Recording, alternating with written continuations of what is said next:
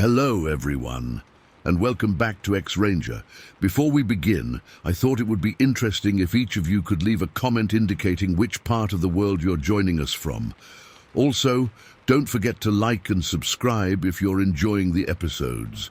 Now let's get comfortable, relax, and start our program. I've been putting off writing this for 22 years. I'm not sure why I'm finally doing it now. Maybe I just need to get it off my chest. Maybe I need someone to tell me I'm not crazy. All I know is what happened to my family and me during that camping trip in Colorado back in 2001 still gives me nightmares. It was early August when we headed up to Montezuma County. Me, my sister Sarah, her two boys, Jake was 13 and Tyler was 11, and my two German shepherds, Max and Brutus. Our plan was simple: spend a few days in the mountains, do some fishing, relax. Sarah had just gone through a rough divorce, and we thought the fresh air would do everyone some good. We left later than planned and didn't reach our campsite until around midnight. It was raining, not a downpour, but a steady, annoying drizzle that made setting up camp a real pain in the arse. When we finally pulled up to our spot, our headlights lit up a small herd of cattle that had apparently claimed our campsite first. They were just standing there, staring at us like we were interrupting their midnight meeting or something. I honked a few times, and they slowly started to move away. But they seemed, I don't know, reluctant, nervous. At the time, I just thought they were being stubborn. Once they started clearing out, we heard this sound. It was like nothing I've heard before or since. At first, I thought it was just an angry bull making some kind of warning noise. It was this deep, throaty, huffing sound. But the longer it went on, the more unnatural it felt. A bull's bellow changes pitch, you know? This was constant, unwavering. And it went on for a good 15 to 20 minutes after all the cattle had disappeared into the darkness. We sat in the truck listening, the rain tapping on the roof, the windshield fogging up, and this thing making that sound somewhere out in the darkness beyond our headlights. "What the hell is that?" Sarah whispered. "Probably just an old bull," I answered, trying to sound confident, but I didn't believe it myself. When the sound finally stopped, the silence felt even more unsettling. We decided to set up camp anyway.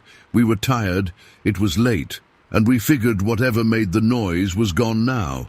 Sarah and the boys stayed in the truck while I started unpacking. I was setting up our pop-up camper when Sarah suddenly jumped out of the truck. "Did you hear that?" she asked, her voice tight. "Hear what?" "There was a growl right there." She pointed to the woods behind us, like something was angry. "Probably just Max or Brutus," I said, gesturing to my dogs who were sniffing around the campsite. That's when Sarah pointed out what I should have already noticed.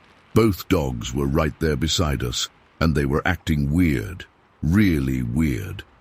Max and Brutus were trained hunting dogs. They were tough as nails and had chased down everything from raccoons to black bears. But right now, they were practically glued to our legs, tails down, eyes fixed on the tree line. Sarah reached into her jacket and pulled out her .38. She always carried when we went camping. Ex-military habit she never broke. I didn't think anything of it until she actually aimed it toward the woods. "Jesus, Sarah, put that away," I hissed. "Something's out there," she whispered back. "Get your rifle." I went to the truck and grabbed my .30-06 from its case, more to humor her than anything else. But the moment I chambered around, the woods went completely silent. No insects, no night birds, nothing. It was like everything just stopped. The dogs huddled closer to us, whimpering slightly. These were 90-pound German shepherds that had faced down bears, and they were cowering like puppies. "It knows what guns are," Sarah said quietly. "That's ridiculous," I replied. But I kept my rifle ready all the same. We finished setting up camp in record time, everyone on edge. The boys stayed unusually quiet, picking up on the tension. We got into the camper, locked everything down, and tried to get some sleep. I don't think any of us really did, though. Even with the rain pattering on the roof, the silence from the woods felt wrong, oppressive somehow. The next day was better. Sunshine, fishing in a nearby stream, hiking a bit. We almost convinced ourselves that we'd just been tired and imagining things the night before. Almost. That evening, as the sun started to set, we were sitting around our campfire when we heard movement in the woods. Not just a single animal moving through the underbrush, but something big enough to make branches crack and leaves rustle. Then, that unnatural silence fell again. No crickets, no birds, nothing. "Inside. Now," Sarah said, and none of us argued. We doused the fire and hustled into the camper, locking the door behind us. Around 2 a.m., I woke up to Sarah shaking my shoulder. "There's something out there," she whispered. "Something's looking in." I grabbed my flashlight and rifle, but Sarah stopped me from turning on the light. "It's right outside the window," she said. "It's like a black mat covering the whole thing." I squinted at the window but couldn't see anything in the darkness. The dogs, who were sleeping at the foot of my bunk, were awake now, making low growling sounds deep in their throats. Not barking or snarling like they would at a bear or coyote, just this continuous quiet growl. Then Jake whispered from his bunk, "Uncle Rob, I saw something black outside when I went to the bathroom earlier." Tyler added, "Me too. It was big." We sat there in the darkness, hardly breathing, for what felt like hours. Eventually whatever was out there moved away, and the familiar nighttime sounds of the forest gradually returned. None of us slept after that. The next day, we decided to cut our trip short. No one complained. Even the boys, who normally would have begged to stay longer, were quiet and kept looking over their shoulders. We spent the day packing up, planning to leave before dark. As the afternoon wore on, that oppressive silence returned. The feeling of being watched was so intense, I could practically feel eyes boring into my back. We finished breaking camp about an hour before sunset, loaded everything into the truck and trailer, and got the hell out of there. It was raining again as we drove down the mountain, a proper downpour this time. We were moving slow, maybe 5-10 mph on those steep, winding gravel roads. The windshield wipers could barely keep up, and visibility was terrible. About halfway down, Sarah suddenly said, "That's weird." "What?" I asked, gripping the steering wheel tightly as we navigated a particularly sharp turn. "That pine tree among all those aspens. Looks out of place." I glanced where she was pointing but couldn't see much through the rain. Just a dark shape among the white trunks of aspen trees. "Probably just a pine tree," I said, focusing back on the road. A few miles later, we passed another vehicle heading up the mountain, the first people we'd seen in days. They flashed their lights at us and rolled down their window as we passed. "Your trailer doors are open," the driver shouted. I thanked them and pulled over at the next wide spot in the road. Sure enough, both doors on our trailer were swinging open. The lock, a heavy-duty padlock, was broken. Not cut, but twisted until it snapped. We checked to make sure nothing was missing. Nothing was. Secured the doors with some rope and continued down the mountain, now driving as fast as I dared in the rain. When we reached Cortez, we pulled into a gas station to fuel up and better secure the trailer. That's when we saw them. Large, muddy handprints and smears all over our camper trailer. The trailer was brand new, silver aluminum, and the mud stood out clearly against the shiny surface. At first, I thought maybe we'd brushed against some branches or something, but then Sarah pointed to one distinct print on the side of the trailer. It was unmistakably a handprint, a very large handprint, but not human. The proportions were all wrong, the fingers too long, the palm too wide. It was clearly the print of some kind of primate. "Rob," Sarah said, her voice barely above a whisper, "that pine tree I saw, I don't think it was a tree." We cleaned off the trailer as best we could and drove straight home, barely speaking the whole way. When we got back, Sarah called a friend of hers who worked with some research group that investigated unusual animal sightings. A few days later, a guy named Dr. Coy came to examine our trailer. He found more handprints we hadn't even noticed, including ones above the window where Sarah had seen that black mat. But what really got me was when he showed us the mud smears on the back of the trailer. The trailer was 8 feet high, and there were clear handprints near the top. Dr. Coy was over 6 feet tall, and even with his arms fully extended, he couldn't reach where those prints were. He measured one of the clearer handprints. It was 12.5 inches from the heel of the palm to the fingertips. For comparison, my hand is about 7.5 inches. I've spent 22 years trying to convince myself there's a logical explanation for what happened. Maybe it was just bears, maybe some pranksters. Maybe we all just worked ourselves up over nothing. But deep down, I know better. Whatever was watching us in those woods wasn't human. It was intelligent enough to recognize guns as a threat, strong enough to break a heavy padlock with its bare hands, and curious enough to follow us down a mountain in a rainstorm just to look inside our trailer. I haven't been camping since. Neither has Sarah or the boys. And my dogs... They never really recovered from whatever they sensed out there. They remained skittish around forests until the day they died. I still dream about it sometimes. That feeling of being watched, that unnatural silence. And sometimes, just as I'm waking up, I swear I can hear that deep, throaty, huffing sound right outside my window. Story 2. I've been debating whether to post this for the past few years. Most people would think I'm crazy or making this up for attention, but I swear on everything I care about that what I'm about to share actually happened to me. I need to get this off my chest because it still keeps me up some nights, and I'm hoping someone else might have experienced something similar. This happened in January 2019, when I was 18.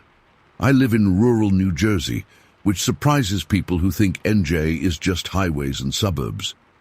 My house is actually surrounded by miles of dense forest that connects to even larger wooded areas. We regularly see deer, foxes, and occasionally bears. Nothing out of the ordinary for country living. I've always been comfortable in the woods. Since I was a kid, I'd go hunting with my dad, and by 18, I was camping alone and knew the area like the back of my hand. I'm not a big guy, only about 5'9", but I know how to handle myself outdoors. I usually carry my shotgun when I go deep into the woods, just in case. January 12th started as a pretty normal Saturday. I'd had a stressful week with final exams and a fight with my girlfriend, so I decided to head to my favorite spot by the river to decompress. It's about 1.5 miles into the woods from my house, far enough that you feel totally isolated from civilization, but not so far that I couldn't get back quickly if needed. The woods near my house have these massive trees, probably 30-50 feet tall, with thick undergrowth in spots. There's a river about 20 yards wide that cuts through, creating a natural boundary. On the other side, parts of the forest get really marshy with these tall reeds that grow higher than my head. I usually stick to my side where the terrain is drier.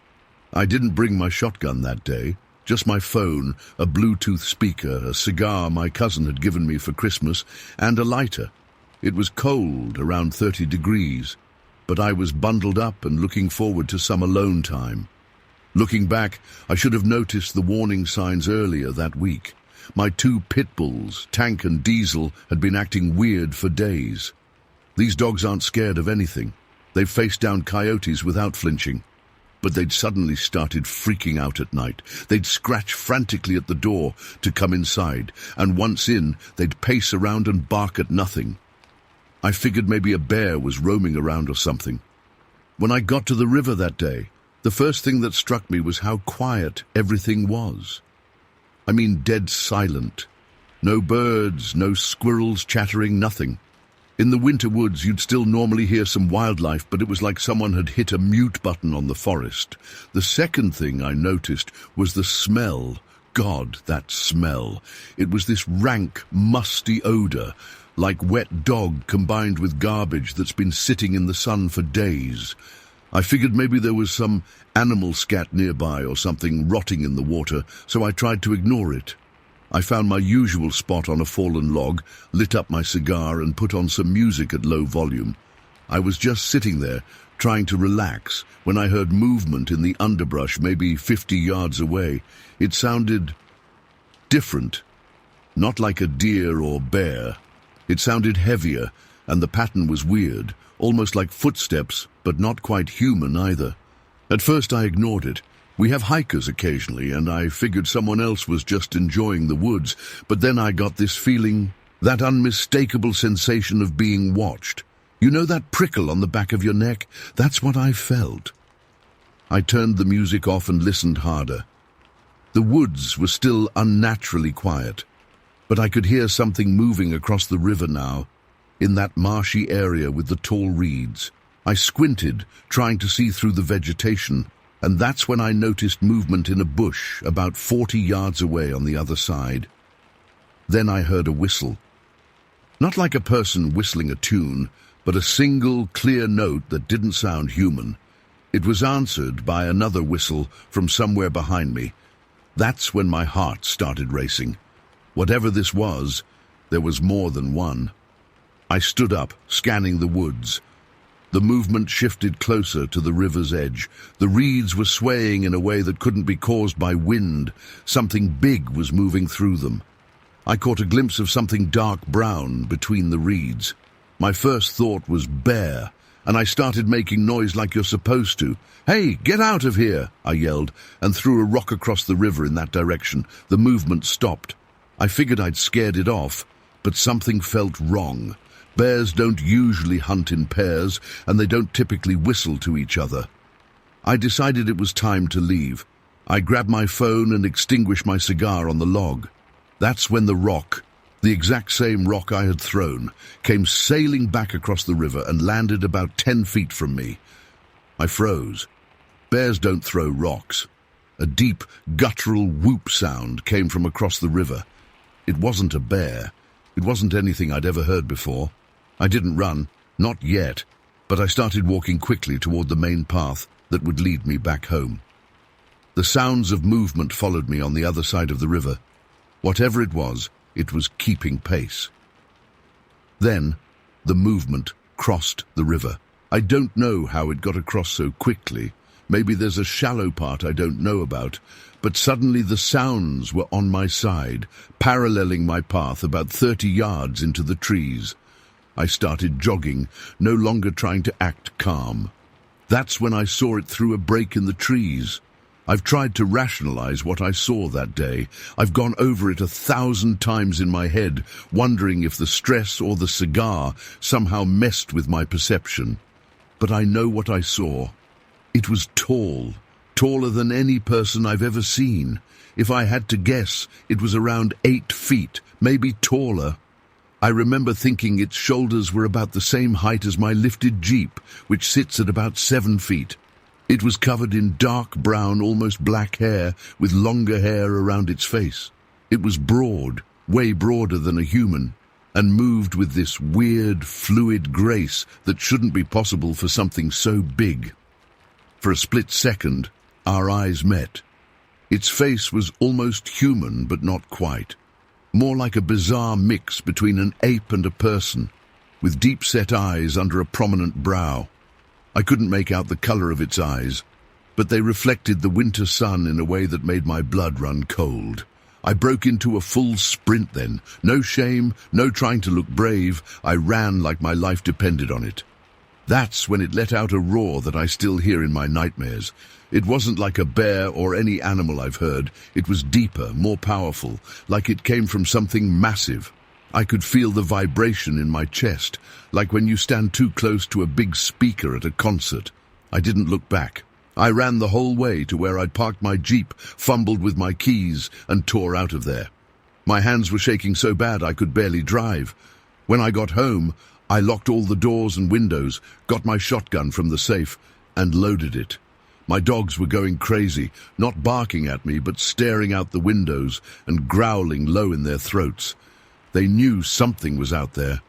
I didn't tell my parents. They would have either thought I was making it up or gotten worried and called the cops, who would definitely think I was making it up. Instead, I sat in my room with the lights off, watching out the window, shotgun across my lap. Around 1 a.m. I heard it, a heavy thud against the side of the house, not like a branch falling, but like something deliberately hitting the wall. Both dogs went berserk, barking and snarling at the window, and that smell, that same foul, musky odor from the woods, somehow I could smell it inside the house. I sat there, frozen, for what felt like hours. Eventually the dogs calmed down, and I must have fallen asleep from exhaustion. When I woke up the next morning, I convinced myself I had overreacted. Maybe it really was just a bear. Maybe the rock was a coincidence. Maybe the bang on the house was the wind knocking something over, but then it came back the next night. Same time, same bang on the side of the house, same ungodly smell. The dogs wouldn't stop growling. I sat there with my shotgun again, terrified of what might happen if I actually had to use it. It's been over 4 years, and I still don't go to that spot by the river anymore. I've researched what I saw online and come across accounts of Sasquatch or Bigfoot sightings that match my experience almost exactly. The rock throwing, the whistles, the awful smell. I never believed those stories before. I thought they were just made up by attention seekers or confused people who saw bears walking on their hind legs. Now, I don't know what to believe. All I know is what I saw, and it wasn't human, and it wasn't a bear. Sometimes when I let the dogs out at night, I still catch a whiff of that smell, and my whole body goes cold. I'm not saying I saw Bigfoot, but I saw something that shouldn't exist in the New Jersey woods, and sometimes I swear it's still watching me. Story 3. I never really believed in the supernatural. Growing up in Otero County, New Mexico, all I cared about was the breathtaking landscapes and the peace of rural living. The isolation was what my parents wanted when they moved us to this house near Mescalero back in 2006. I was 17 then, and the idea of living so far from everything felt like punishment at first. Little did I know that the isolation would soon be the least of my worries. It started during our first summer here. I was walking back from a hike about a quarter mile from our house when I felt it. That sensation of being watched. You know that feeling, right? When your neck prickles and your stomach tightens for no apparent reason? I stopped and looked around, scanning the pine trees and brush that lined the narrow dirt trail leading to our property. That's when I first saw it. About 50 yards away, partially obscured by a cluster of junipers, stood something tall and dark. At first, I thought it was just a shadow or maybe a bear standing on its hind legs, but bears don't stand that tall, and they sure as hell don't watch you with that kind of deliberate intensity. I froze completely. Whatever it was, it had to be at least 7 feet tall, maybe more. Its outline was distinctly humanoid, but too large to be human, too bulky. I couldn't make out any facial features from that distance, just a massive silhouette with broad shoulders covered in what looked like dark fur or hair. After what felt like forever but was probably only seconds, I started backing away slowly, then turned and ran the rest of the way home.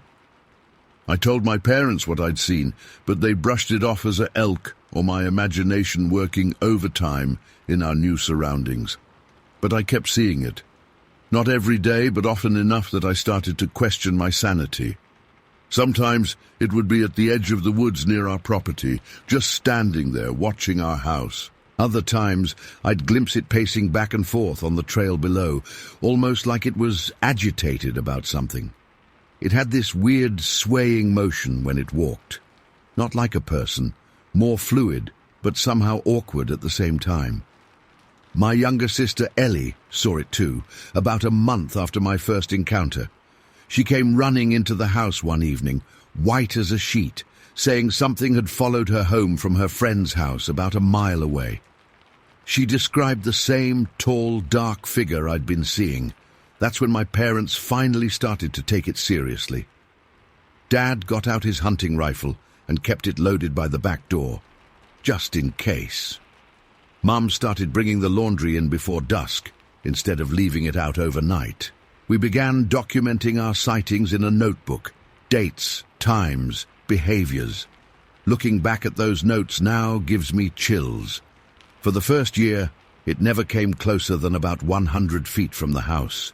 It was almost like it was studying us, learning our routines. We'd catch it watching from different vantage points around the property. Sometimes we wouldn't see it for weeks, and we'd think maybe it had moved on.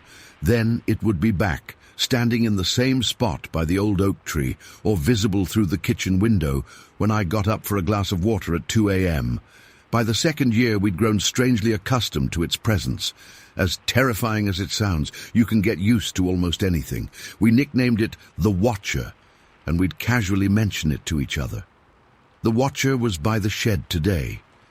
Did you see the Watcher this morning? Like it was some strange neighbor who never spoke. We convinced ourselves it meant no harm. After all, it had plenty of opportunities to attack if that's what it wanted. It never damaged our property or tried to break in. It just watched. We even stopped reporting the sightings to the local rangers after they clearly thought we were either making it up or mistaking normal wildlife for something else. Then came October 13th, 2008. I'll never forget that date. It was unusually warm for October, and we had the windows open to catch the breeze.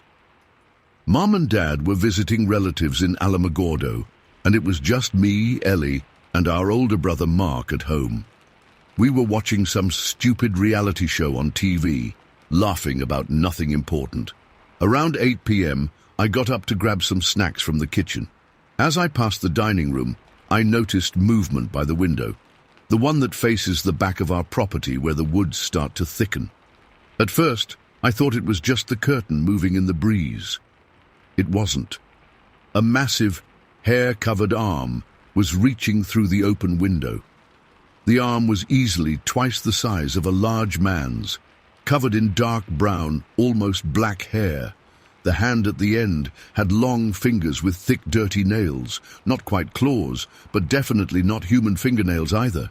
The skin visible on the palm was grayish-brown and leathery-looking, and it was reaching for the fruit bowl on the side table just beneath the window. I couldn't move. I couldn't breathe. I just stood there watching this impossible thing reaching into our house. The arm moved with surprising delicacy as the fingers closed around an apple from the bowl. That's when I finally found my voice and screamed. Mark came running in and saw it too. The arm immediately withdrew, knocking the bowl over in its hasty retreat. We heard heavy footsteps running away outside, the sound of branches breaking, and then silence. We slammed the window shut and locked it, then ran through the house, closing and locking every window and door. Mark grabbed Dad's rifle, and we huddled in the living room, terrified. Ellie was crying. Mark was trying to act brave, but his hands were shaking so bad he could barely hold the gun, and I was just numb with shock. We called the local conservation office, but they just said they'd send someone out in the morning to check for signs of a bear.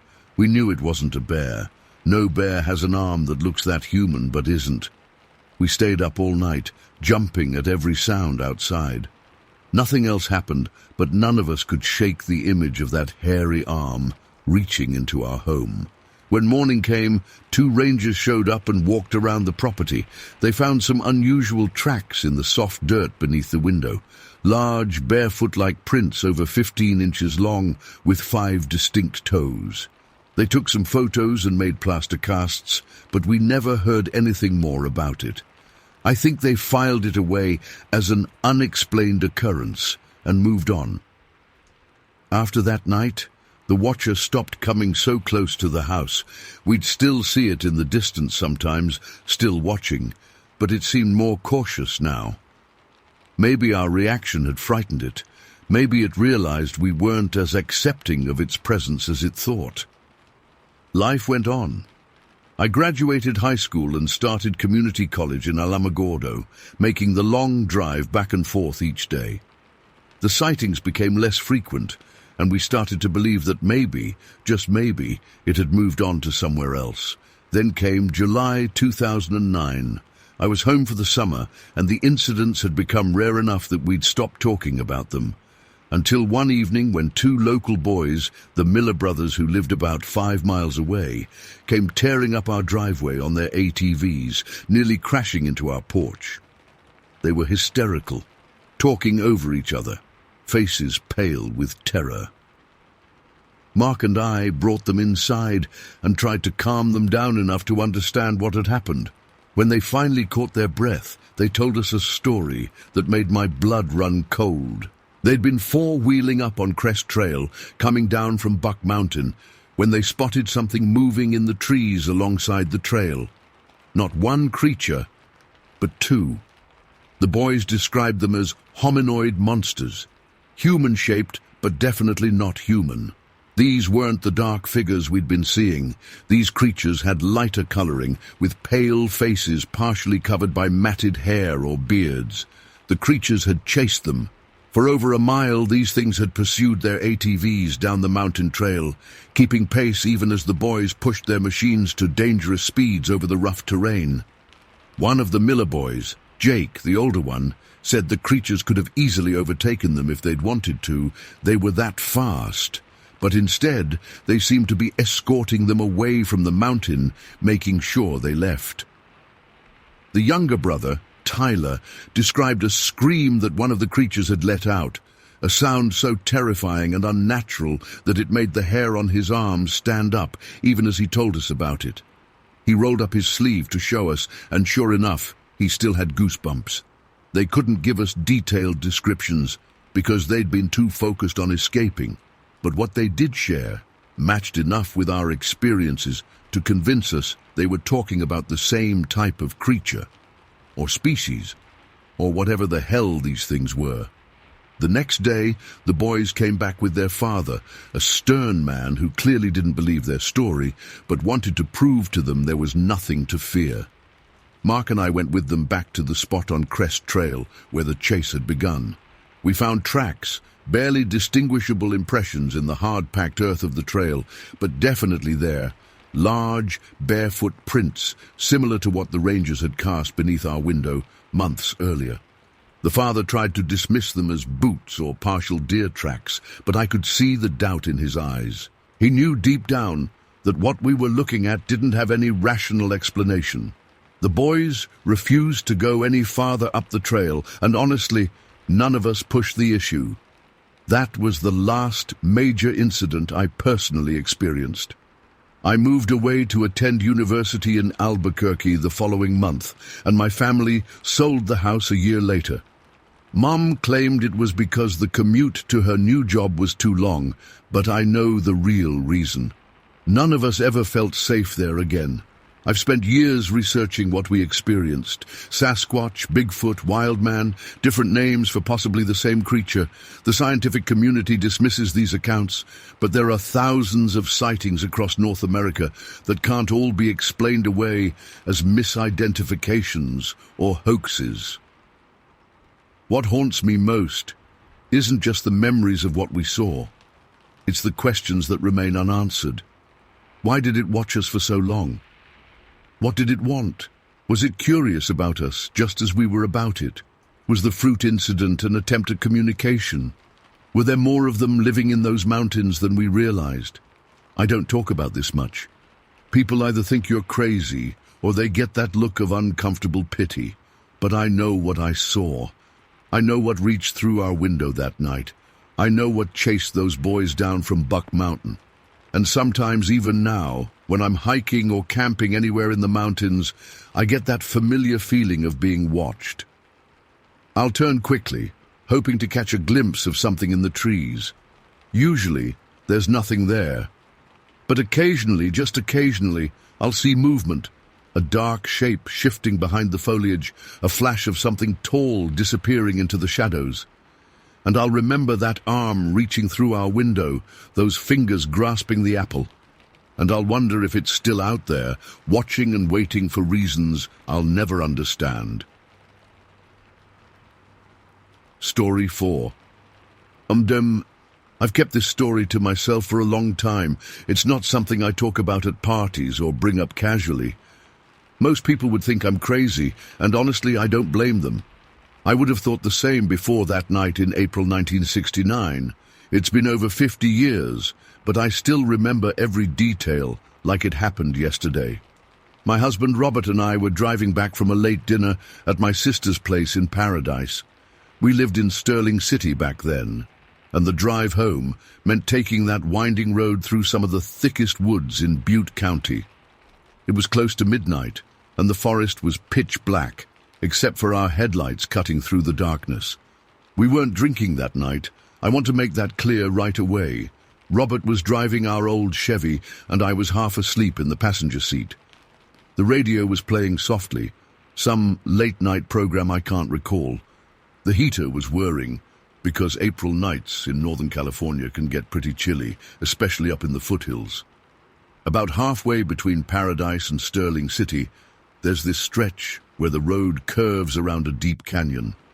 The trees grow right up to the edge of the asphalt, tall pines that block out what little moonlight might have been there. Robert was driving slowly, maybe 30 mph, because deer are common in the area, and they have a habit of jumping out in front of cars. I remember the silence first. Robert turned the radio down and said, "Did you hear that?" I hadn't heard anything but was suddenly wide awake. The forest seemed weirdly quiet. No crickets, no nightbirds, nothing. Just the sound of our engine and tires on the road. Then Robert hit the brakes. Not hard, but enough to make me grab the dashboard. "What is that?" he whispered. I followed his gaze to where our headlights were shining. Standing at the edge of the road, about to cross, was what I initially thought was a man in a fur coat. That was my first thought. Who would be out here in the middle of nowhere at midnight and wearing a fur coat in April? But as our car slowed to a stop about 50 feet away, I realized this was no man, and definitely not a bear, which was my second thought. This thing was tall, way over 6 feet, maybe closer to 7, and completely covered in short black hair or fur. The strangest part was that it had what looked like white spots or patches all over its body. At first, I wondered if it was mud, but the pattern was too consistent, like natural markings. For maybe 5 seconds, we just stared at it, frozen in our seats. Then it turned toward our car. I'll never forget that moment. The headlights illuminated its front side, and I could see its face was oddly pale in contrast to its dark body. Not white like paper, but a lighter color that stood out against the black fur. Its head was strange, smaller than I would have expected for such a large body, and it had this weird peak at the top, almost cone-shaped. But the eyes, that's what really got to me. They didn't glow or reflect our headlights like you'd expect from an animal at night. They were just dark, absorbing the light, deep set in that pale face, watching us. Its body was massive, not fat but powerfully built, with shoulders twice as wide as a normal man's. The legs especially looked incredibly strong, like tree trunks covered in that black hair with the white markings. Robert's knuckles were white on the steering wheel. Neither of us spoke or moved. I don't think we were even breathing. The creature stared at us for what felt like forever, but was probably only a couple of seconds. Then, with a fluid motion that seemed impossibly quick for something so large, it turned and disappeared into the darkness of the forest on the other side of the road. "What the hell was that?" Robert finally managed to say. His voice was shaking.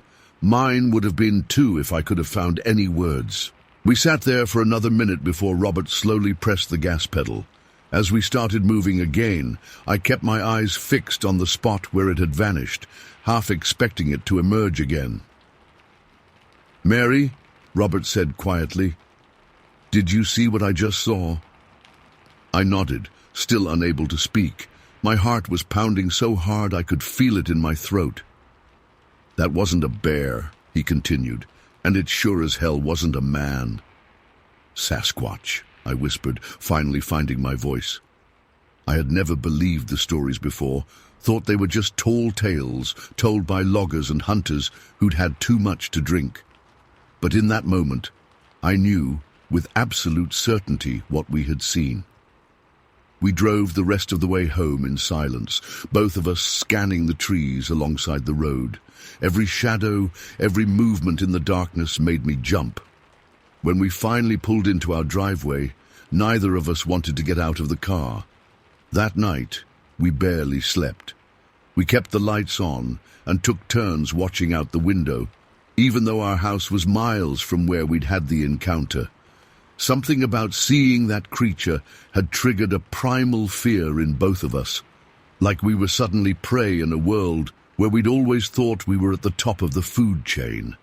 The next morning, in the light of day, we tried to rationalize what we'd seen. Maybe it was someone playing a prank. Maybe it was a bear with some kind of skin condition that made patches of its fur look white. But we both knew these explanations didn't fit what we'd witnessed. Robert wanted to go back to the spot and look for tracks or evidence, but I refused. I couldn't shake the feeling that the creature had been watching us just as we were watching it. That it was intelligent, that it might remember us. For weeks afterward, I couldn't sleep properly. Every noise outside our house made me think it had followed us home. Robert started keeping his hunting rifle by the bed, something he'd never done before. I became obsessed with researching Sasquatch sightings. This was long before the internet, so I spent hours at the library in Chico, reading every book and newspaper article I could find. Most accounts described similar creatures, tall, covered in hair, with a distinctive gait. But I never found another description that mentioned the white spots or markings we'd seen. About a month after it happened, Robert and I were having coffee with our neighbor Jim, who worked as a forest ranger. Without giving specifics, Robert casually asked if there had been any unusual animal sightings in the area recently. Jim gave us a strange look. "Funny you should ask," he said. "A couple of loggers reported seeing something weird up near Magalia last month. Said it was too big to be a bear and walked on two legs." My blood ran cold. Jim continued, "Department wrote it off as a hoax or misidentification. Probably just a bear standing on its hind legs, which they do sometimes."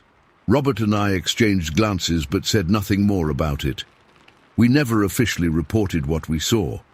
Who would believe us, and what good would it do? But privately, we knew. Years passed, and we eventually moved away from Sterling City to Sacramento. The memory faded somewhat, becoming less immediate, but never really going away. Then, in the early 1990s, I read about a meeting of the Western Bigfoot Society in Portland, where Peter Byrne was going to speak. Byrne was famous for his Bigfoot investigations, and something compelled me to attend. I didn't intend to share our story, but during the Q&A session, something Byrne said about eyeshine caught my attention. He mentioned that most animals' eyes reflect light at night due to a layer called the tapetum lucidum that helps them see in the dark. But Sasquatch sightings consistently reported no eyeshine. I found myself standing up and describing our encounter, focusing on how the creature's eyes hadn't reflected our headlights. The room fell silent as I spoke. Afterward, Byrne asked to interview me privately. He recorded our conversation and took detailed notes, especially interested in the white markings we'd seen and the lack of eyeshine. He told me our account was significant because it confirmed observations from other credible witnesses about the eye structure. He believed it indicated that Sasquatch has more human-like eyes than animal eyes, adding weight to theories about their possible relation to humans or great apes. That was the first and last time I publicly shared our story. Until now, I guess. I'm 78 years old now. Robert passed away 3 years ago. Before he died, he made me promise to tell our story one day. People need to know these things are out there, he said. They need to understand we're not alone in these forests. So here I am, keeping my promise. I don't care if people believe me or not. I know what I saw that night in April 1969. I know it wasn't a man in a costume or a bear with a skin condition or any other rational explanation people might come up with. Sometimes I wonder if it's still out there, that creature with the white spotted black fur and the pale face, if it's watching other cars on dark, lonely roads, if it remembers the night it stepped out of the forest and locked eyes with two terrified humans in a Chevy. I'll never go back to that stretch of road. Not because I'm afraid of seeing it again, but because I'm afraid I won't. That somehow confirming it wasn't real would be worse than living with the certainty that it was.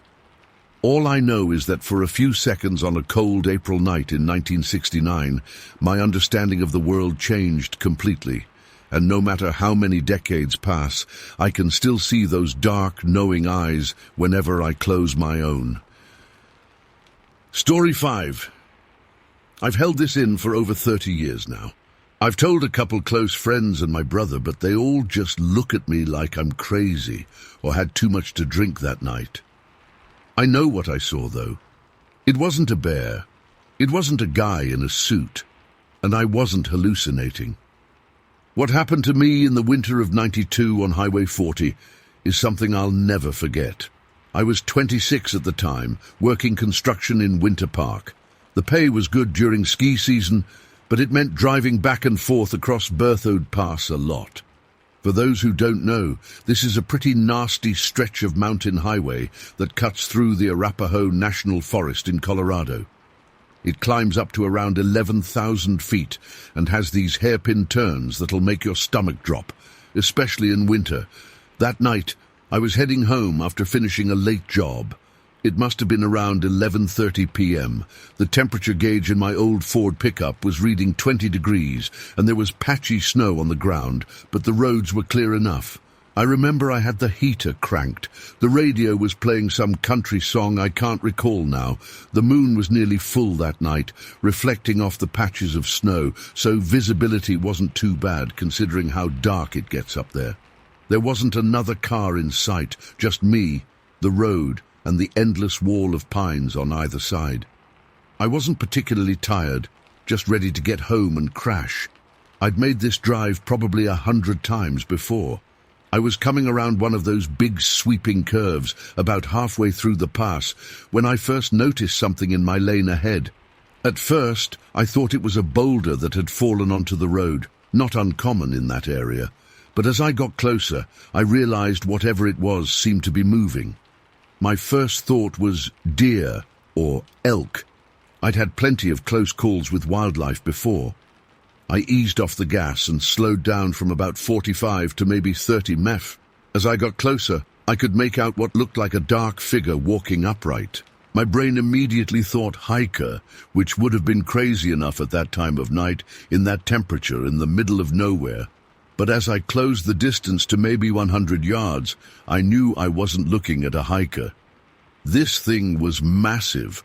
I'm talking at least 7 feet tall, maybe taller. It was walking on 2 legs, but not like a human. There was something off about the gait, kind of a rolling, swinging motion, and it was covered in what looked like dark, matted hair. I remember my hands getting sweaty on the steering wheel despite the cold. My heart started hammering against my ribs. I grew up with my grandpa telling me stories about Bigfoot sightings from California back in the 60s, the Patterson-Gimlin film and all that. I'd always been fascinated but skeptical. Yet here I was, watching something straight out of those stories walking down the middle of the highway.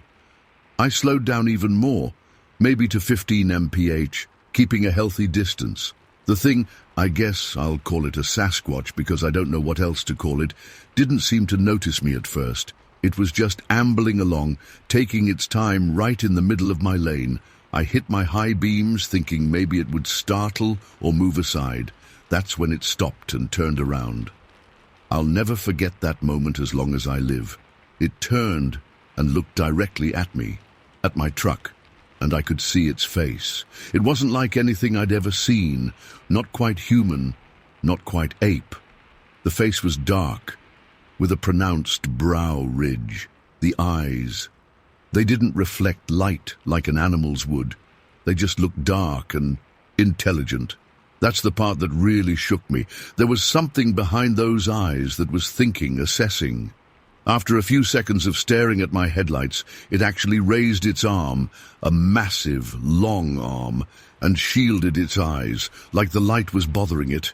Then it turned its back to me and continued walking. It didn't run away or bolt for the trees. It just turned around and kept going like I wasn't even a threat. I was frozen for a minute, just idling there, trying to process what I was seeing. Then I started following it at a crawl, keeping about 50 yards back. I was terrified, but also completely fascinated. How many people had seen something like this up close? The Sasquatch didn't seem to care that I was following. Every now and then it would stop and look back at me, then just continue on its way. It walked with this strange, swinging gait, arms hanging low at its sides. It was broad-shouldered, with a conical-shaped head. No real neck to speak of. Just this massive form that moved with surprising grace for its size. I was trying to make sense of what I was seeing. Could it be someone in a suit? No way. Not up here, not at this time of night, and nobody could fake that natural movement. A bear? Definitely not. This thing was walking upright the entire time, and the proportions were all wrong for a bear. For what felt like forever, but was probably about 10-15 minutes, I followed this thing as it walked unhurriedly down Highway 40. I glanced at my odometer and realized we'd gone nearly a mile. It never seemed threatened or in a hurry. It was just walking. At one point I got brave or stupid enough to honk my horn. Nothing, not even a flinch. It just kept walking, like it was out for a midnight stroll, and my truck was of no more concern than the wind.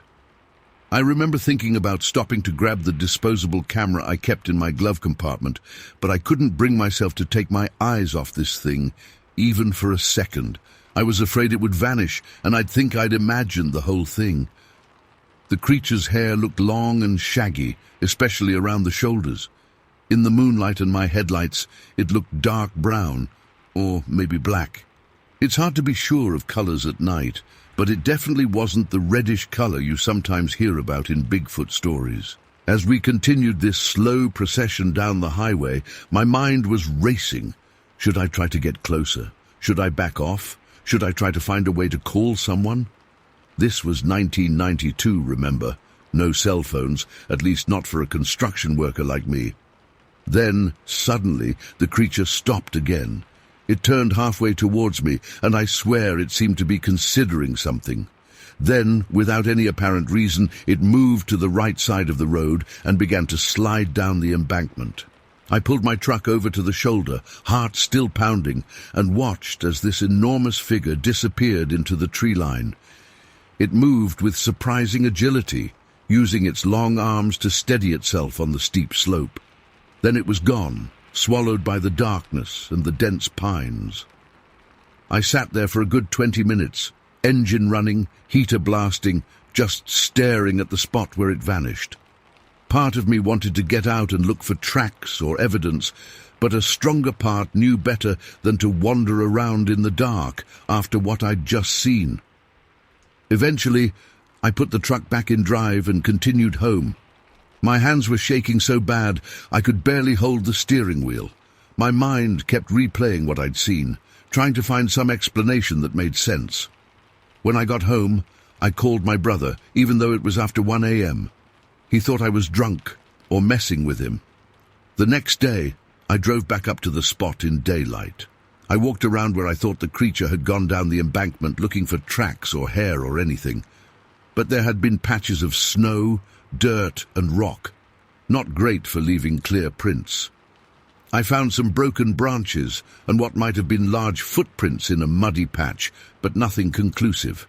I've read every Bigfoot book and article I could find since then.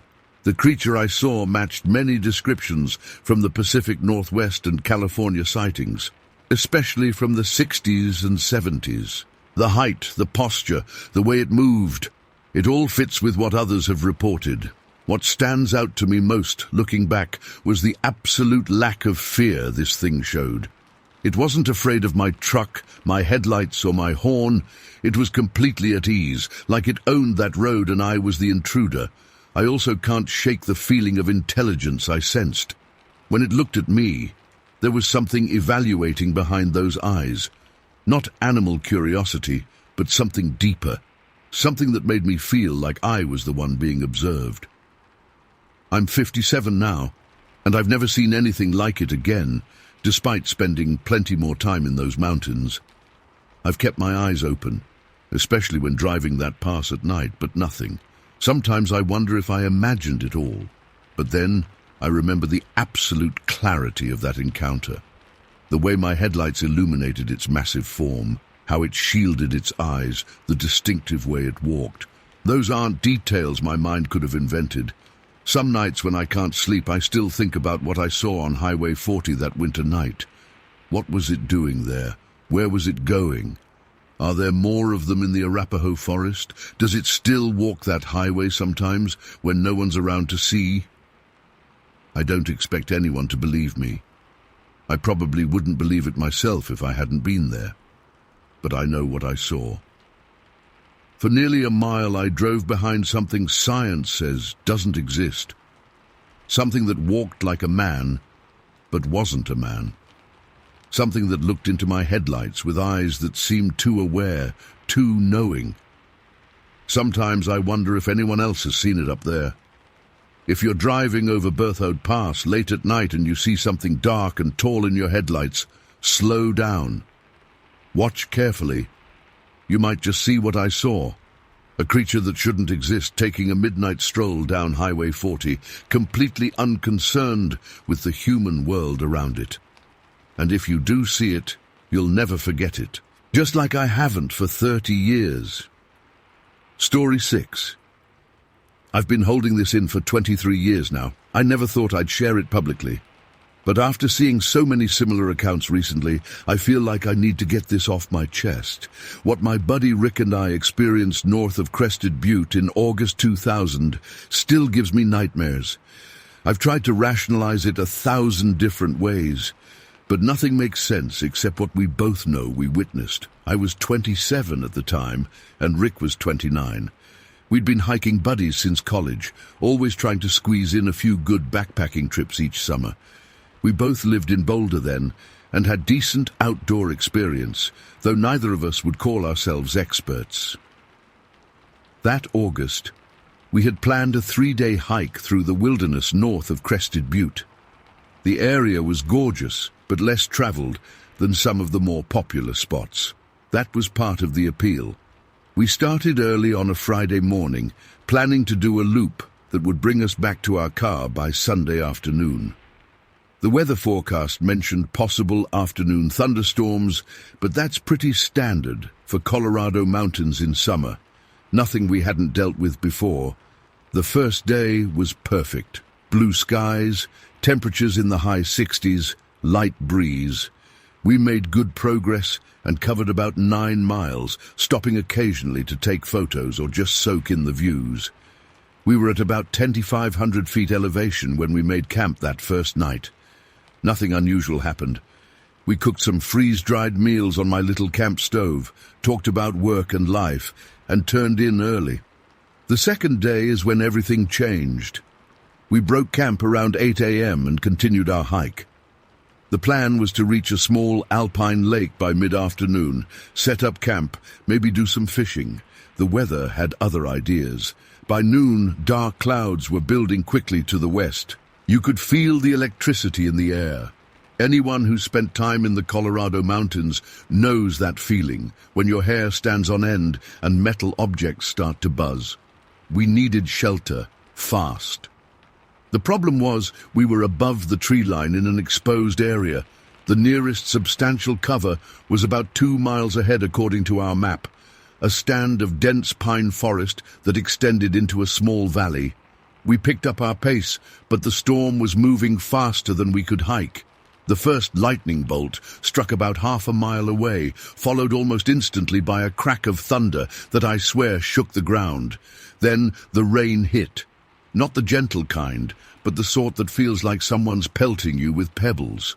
We half jogged, half stumbled toward the tree line as the storm intensified. By the time we reached the forest, we were soaked to the bone, and the temperature had dropped at least 15 degrees. The wind was whipping through the trees, and visibility was down to maybe 20 feet. We knew we needed to set up camp quickly. Hypothermia is no joke at these elevations, even in August. We found a small clearing about 100 yards into the forest that offered some protection from the wind. Our hands were shaking from cold and adrenaline as we set up the tent. Usually we're pretty meticulous about choosing a campsite, checking for widowmakers overhead, making sure we're not in a drainage path. But the storm didn't give us that luxury. We just needed to get dry. Once the tent was up, we threw our packs inside and peeled off our wet clothes. I remember Rick's lips were blue, and I'm sure mine were too. We changed into dry clothes, got into our sleeping bags, and fired up the camp stove inside the tent vestibule to heat some water for tea. I know that's not recommended, but we were desperate for warmth.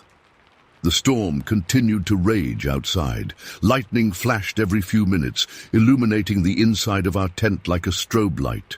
The thunder was so loud it made my ears ring. We decided there was no point in trying to continue hiking that day. We'd wait out the storm and reassess in the morning.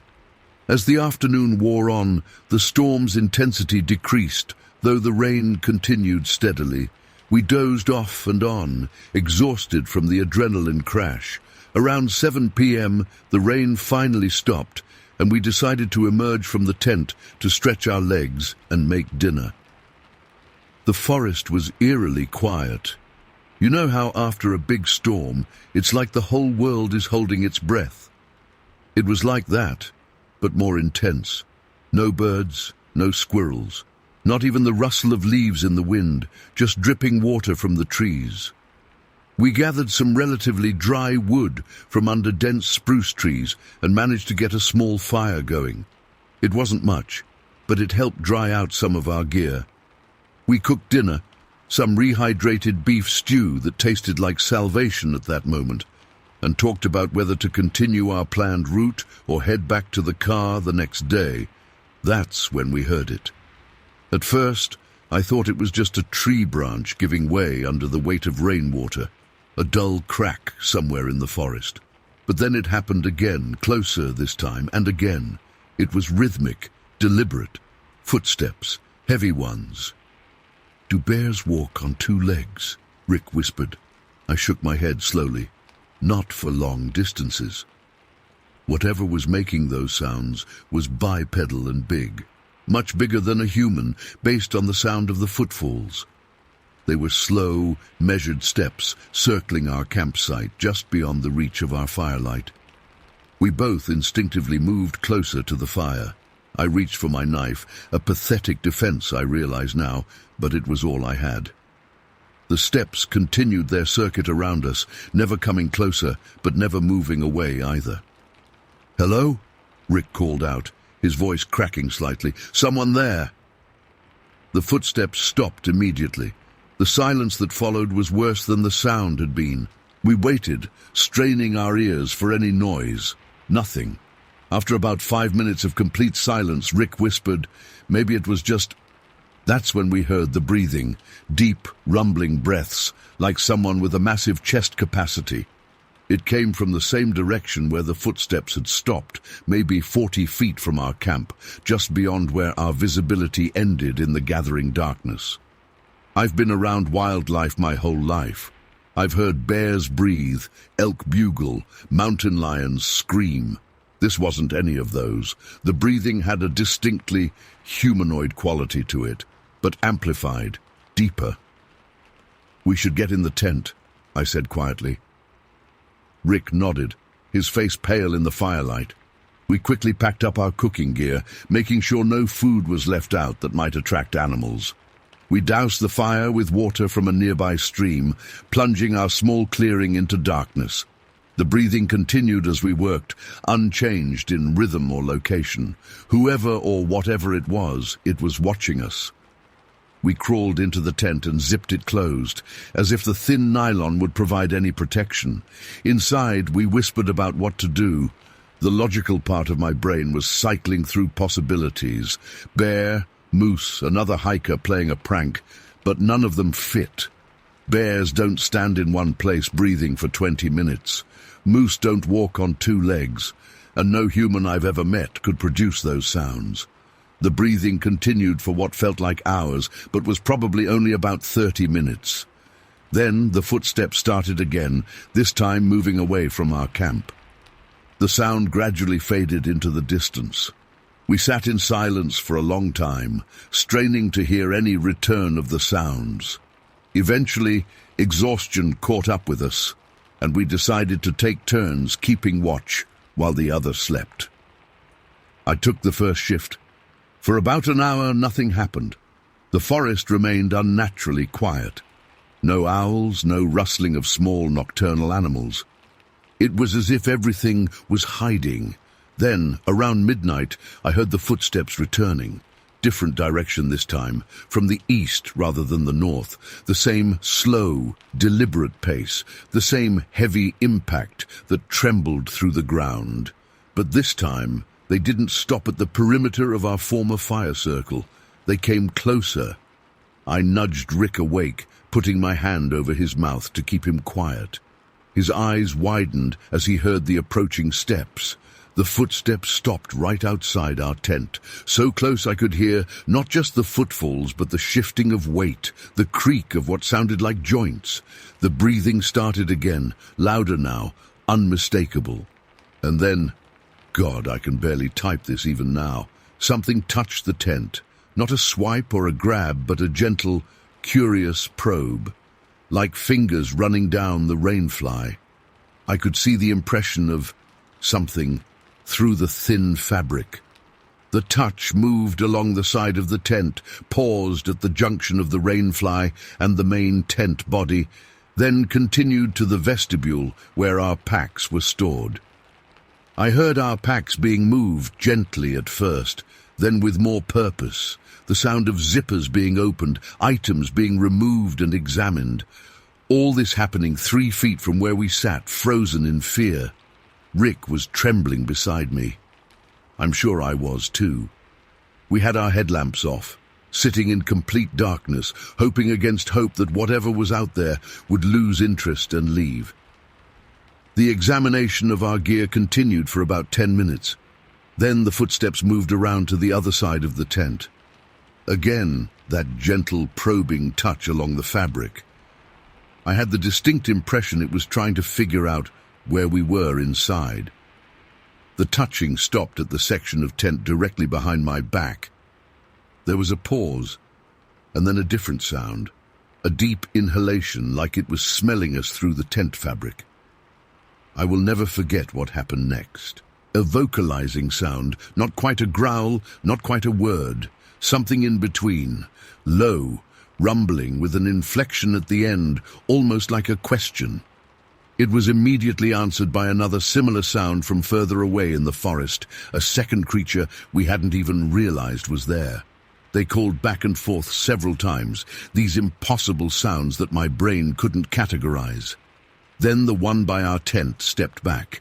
I could feel the ground tremor with each retreating step until they faded into the forest once more. We didn't sleep a minute the rest of that night. We sat clutching our knives, headlamps ready, jumping at every sound. Dawn couldn't come fast enough. When first light finally crept through the trees, we cautiously unzipped the tent and peered out. The area around our campsite was trampled, clear evidence that something large had been moving around our tent. But what made my blood run cold were the footprints. They were human-like, but massive, easily 16 inches long and proportionally wide. The stride length between prints was nearly twice what mine would be. They circled our entire campsite multiple times, with several tracks coming right up to the tent, and there were two distinct sets, confirming what we'd heard during the night. Two creatures had been watching us. Our packs in the vestibule had been thoroughly examined. Items were removed and set aside with what seemed like care and curiosity. Our map, compass, a paperback book, cooking utensils. Nothing was damaged, just handled and inspected. We packed up faster than we ever had before.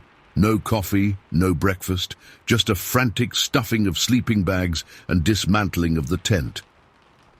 We were on the trail heading back toward the car within 20 minutes of waking up. The hike out was a blur of paranoia. Every snapping twig, every rustle in the underbrush had us spinning around. We didn't talk much, just pushed on as fast as our legs would carry us. What should have been a full day's hike, we completed in about 5 hours. Back at the car, we finally allowed ourselves to discuss what had happened. We both agreed on what we'd experienced, the bipedal movement, the size of the prints, the vocalizations, the curious inspection of our gear. There was really only one explanation that fit, as impossible as it seemed. We had been visited by at least 2 Sasquatch. I know how that sounds. Before this happened, I'd have rolled my eyes at anyone telling me such a story. But I know what I experienced. I know what I saw, heard, and felt. Those weren't bears. They weren't humans. They were something else. A week later, Rick showed me a newspaper article by some environmental writer for the Denver Post, who had been collecting Bigfoot reports from Colorado that year. Apparently 2000 was some kind of banner year for sightings in the state. The article mentioned things that matched our experience, the curious behavior, the way they seemed to communicate with each other, the lack of eyeshine. We never saw their eyes, even when they had to pass through moonlit areas of the forest. I've never gone public with this story, until now. Rick and I don't even talk about it much anymore when we see each other. It's like this weird, shared trauma that we don't know how to process. But I know what happened out there north of Crested Butte. I know something impossible walked around our tent that night, examining us with what seemed like intelligence and curiosity. And sometimes, when thunderstorms roll in and the house gets quiet afterward, I can almost hear that deep, rumbling breath outside my bedroom wall. Story 7. I've been hesitating to share this for 28 years. I'm not a writer, just an old woman with something that still keeps me up some nights. I've never told this story outside my immediate family because I know how it sounds. But after seeing some similar accounts posted here, I feel like maybe someone might believe me or have experienced something similar. It happened in the summer of 1995 at my cabin in the Upper Peninsula of Michigan. My late husband Tom and I bought this place back in the 70s as a summer retreat. It's nothing fancy, just a 2-bedroom log cabin sitting on about 15 acres of wooded land with a small clearing where we keep some animals. We're pretty isolated, with the nearest neighbor about 3 miles down the dirt road. I've been spending summers up there alone since Tom passed in '92.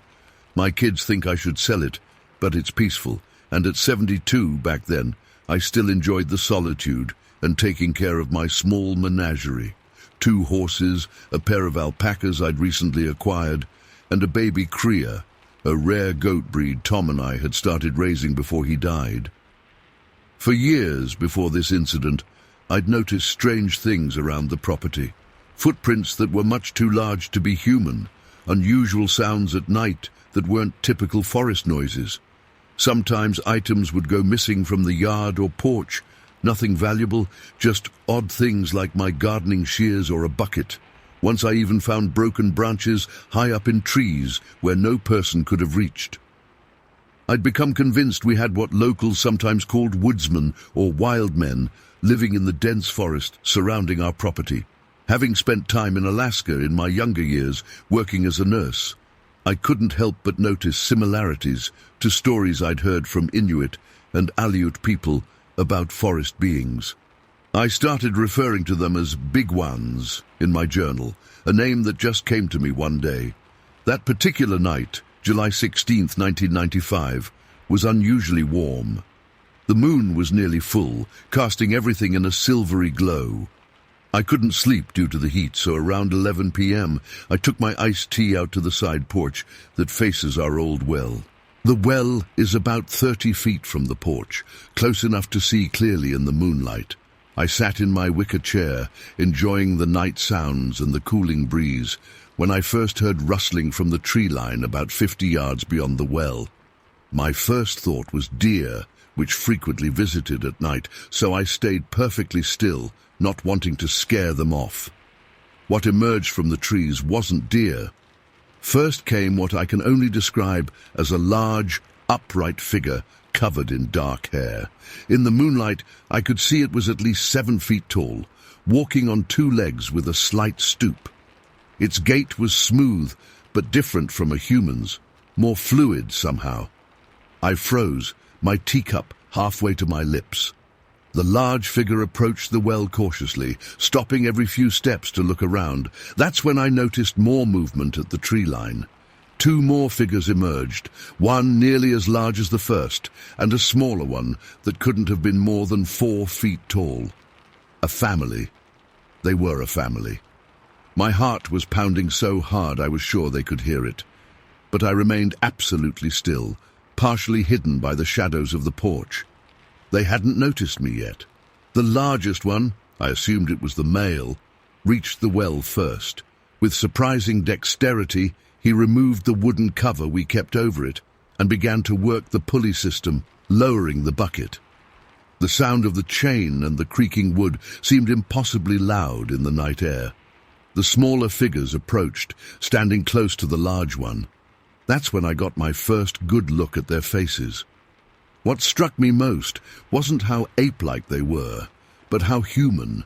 In the bright moonlight, I could clearly see they had high cheekbones, almost like what you'd see in Inuit or Aleut people. Their noses were large and slightly hooked, and their eyes were deep-set and squinting. They weren't the monsters of campfire stories or movies. They looked like people. Very large, hair-covered people, but people nonetheless. The bucket came up, and the largest one lifted it with ease, drinking deeply. Water spilled down his chin and chest, glistening in the moonlight. After drinking, he passed the bucket to the medium-sized one. I assumed this was the female. Her movements were more delicate somehow. The small one, clearly a child, waited impatiently, shifting from foot to foot. That's when the largest one turned and looked directly at me. I don't know if my breathing changed or if he simply sensed my presence, but our eyes met across that short distance and time seemed to stop. I expected fear either from him or in me, but instead there was something like recognition. Not that he knew me personally, but that he recognized me as the woman who lived in the cabin, the woman whose well they were drinking from. He didn't seem startled or aggressive. He just looked at me for what felt like forever, but was probably only seconds. Then he made a soft sound, not quite a grunt, not quite a word, and the female turned to look at me too. I still couldn't move. My tea had spilled on my lap, but I couldn't even feel it. I was transfixed. The female handed the bucket to the child, who drank messily, water running down its front. The adults made sounds to each other. Not animal sounds, but not any language I recognized either. It was structured, with rises and falls like speech, but completely foreign to my ears. The child was struggling with the heavy bucket, and the female made what was clearly a corrective gesture, showing the little one how to hold it properly. They were teaching it, just like humans would.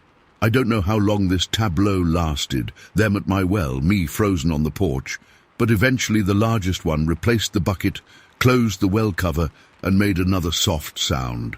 The 3 of them then turned and walked away from the well, heading toward the small fenced pasture where my animals were kept. This finally broke my paralysis. I worried they might harm my animals, but I needn't have concerned myself. As they approached the fence, I could see my horses and alpacas clearly in the moonlight.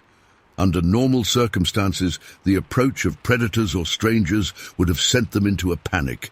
But the animals barely reacted. They raised their heads, watched the three figures pass through the gate, which the large one unlatched and carefully relatched, and then went back to their nighttime grazing. The creatures, the big ones, walked through the pasture carefully, almost respectfully, giving wide berth to the animals.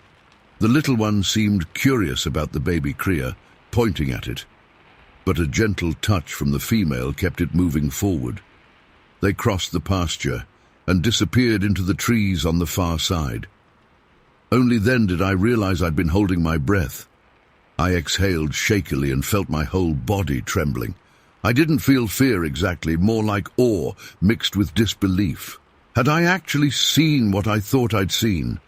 But the well cover was definitely moved, and I could see the gate to the pasture was properly latched again. I sat there until dawn, unable to move, unable to process what had happened. As the sun rose, I finally went inside and wrote everything down in my journal, trying to capture every detail while it was fresh in my mind. Over the next few weeks, I saw them 2 more times, always at night, always at the well. I began leaving the cover off to make it easier for them. Once I left some fresh apples near the well, and they were gone the next morning. What struck me most about these encounters was how ordinary they seemed to become. There was a routine to it. They would come, drink, and leave, acknowledging my presence with a glance, but never approaching me or showing any aggression. The animals were always calm around them. I never tried to communicate with them directly or approach them. Something told me that would break whatever unspoken arrangement we had. I was allowed to observe as long as I stayed on my porch and didn't interfere. After that summer, I never saw them again. I still go to the cabin every year, still leave the well uncovered sometimes, still occasionally leave fruit nearby. But they've moved on, or perhaps they're still there but have become more cautious. I've spent years trying to make sense of what I saw. From my time working with indigenous populations in Alaska, I couldn't help but notice the resemblance between the big one's facial features and those of the Inuit, Aleut, and other northern peoples. Their high cheekbones, hooked noses, and deep-set eyes seemed to suggest a connection. I've often wondered if they might represent some ancient branch of humanity that crossed the Bering land bridge and adapted differently to survive in the wilderness. I know how this sounds. I'm an educated woman. I was a nurse for 40 years. I understand biology and evolution. What I'm suggesting doesn't fit neatly into accepted science. But I know what I saw, night after night, in the clear moonlight not 30 feet from where I sat. They weren't monsters or animals. They were a family, coming to drink from a reliable water source, teaching their young, moving carefully through the world. They were people, different from us, yes, but people nonetheless. I'm 100 now, and I don't have many summers left. I've never told this story publicly before because I didn't want to become that crazy old lady in town. But I'm past caring about that now. I know what I saw, and I think it's important that someone else knows too. To this day, I still sometimes sit on that porch on moonlit nights, hoping they might return. And sometimes when the wind is right, I think I can hear those same strange, not-quite words coming from the deep woods. I'll never know for certain what they were or where they came from, but for one strange summer, we shared that small piece of Michigan wilderness in peace, and that has to count for something. Story 8. I never thought I'd be sharing this, but I need to get it off my chest after all these years. What happened that summer evening in 1989 still gives me goosebumps whenever I think about it. I was just 11 years old back then, living with my parents in a double-wide trailer on the outskirts of a small logging town in Washington state. Our place wasn't anything fancy, just a modest home surrounded by acres of forest and clear-cut areas where the logging company was actively working. My dad wasn't in the logging business, but many of our neighbors were, including my best friend, Mary's father. That particular Friday in July started like any other summer day.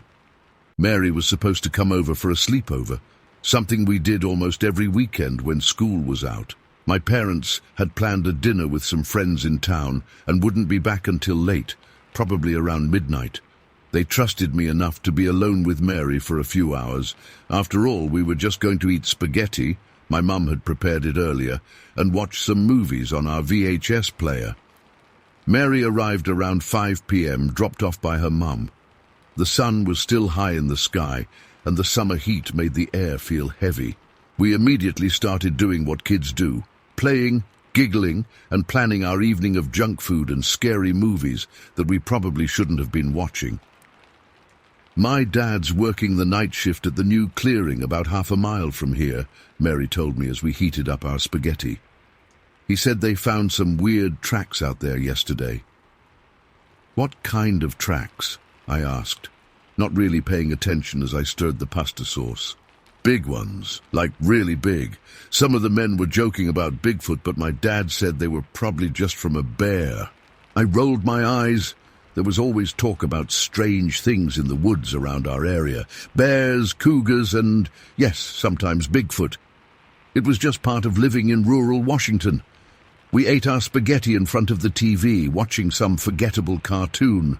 By 7 p.m., we were already bored with being indoors. "Let's go outside," Mary suggested. "It's still light out." She was right. It wouldn't get dark until around 9:30 in the summer, so we had plenty of time to play outside. My parents had always given me one rule: be back inside before dark. Simple enough.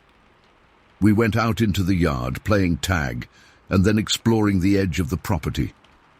Our trailer sat on about 2 acres of cleared land, with the dense forest starting about 100 yards behind the house. To the east of our property was a large, clear-cut area where Mary's dad's company had been working. "Let's go check out the logging equipment," Mary said, with that mischievous sparkle in her eye. I hesitated. "I don't know. We're not supposed to go that far." "Come on, HJ," she pleaded, using my nickname. "My dad works there. It's not like we're doing anything wrong. We'll just look." The temptation was too strong. We rarely got time without adults watching our every move, so with a shrug I agreed. "Okay, but just for a little bit." We headed toward the clear-cut area, which was about a quarter-mile from my house. As we walked, I kept glancing back to make sure I could still see our trailer. The logging site was impressive to our young eyes, massive machines sitting idle for the weekend, piles of freshly cut logs stacked like giant pickup sticks, and the smell of pine sap and diesel fuel mixing in the warm air. "My dad drives that one," Mary said proudly, pointing to a large yellow machine that looked like something from a science fiction movie with its metal claw and high cab. We climbed on some of the smaller equipment, pretending we were operators clearing the forest. Time slipped away from us as we played, and I didn't notice how the shadows were getting longer until Mary pointed to the sky. "The sun's going down," she said, a slight note of worry in her voice. I looked up and felt my stomach drop. The sky was turning a deep orange, with purple starting to creep in from the east. We had stayed out longer than we should have, and now darkness was falling fast. "We should head back," I said, trying to sound casual, but feeling a growing sense of unease. We jumped down from the logging equipment and started walking back toward my house. But something felt different now. The forest that lined the clear-cut area seemed darker, deeper, as if it had somehow crept closer while we weren't looking. The wind had picked up, making the trees sway and creating a whispering sound that made the hair on my arms stand up. "Do you know which way?" Mary asked, her voice small. The truth was I wasn't entirely sure. In our playing, we had wandered farther into the logging site than I realized, and now the familiar landmarks looked strange in the fading light. I pointed to what I thought was the right direction. "That way, I think." We started walking, but within minutes I knew we had chosen wrong. We were heading deeper into the clear cut, not back toward my house. The sky was darkening rapidly now, and panic started to set in. "Let's try this way," I said, changing direction.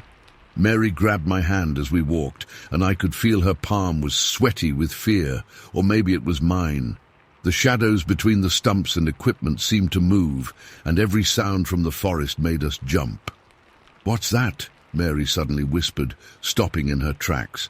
I followed her gaze to the tree line about 50 yards away. Something was moving there, a dark, tall figure partially obscured by the first row of trees.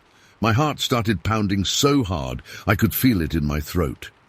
"It's probably just a deer," I said, not believing my own words. "It's too big for a deer," Mary replied, squeezing my hand tighter. We stood frozen, watching the figure. It moved again, stepping slightly out from the trees, and I could see it was tall, very tall, and standing on 2 legs. "It's your dad!" Mary suddenly exclaimed, her voice a mixture of relief and excitement. "Dad!" she called out, waving her free hand. Before I could stop her, she was pulling me toward the figure, running now.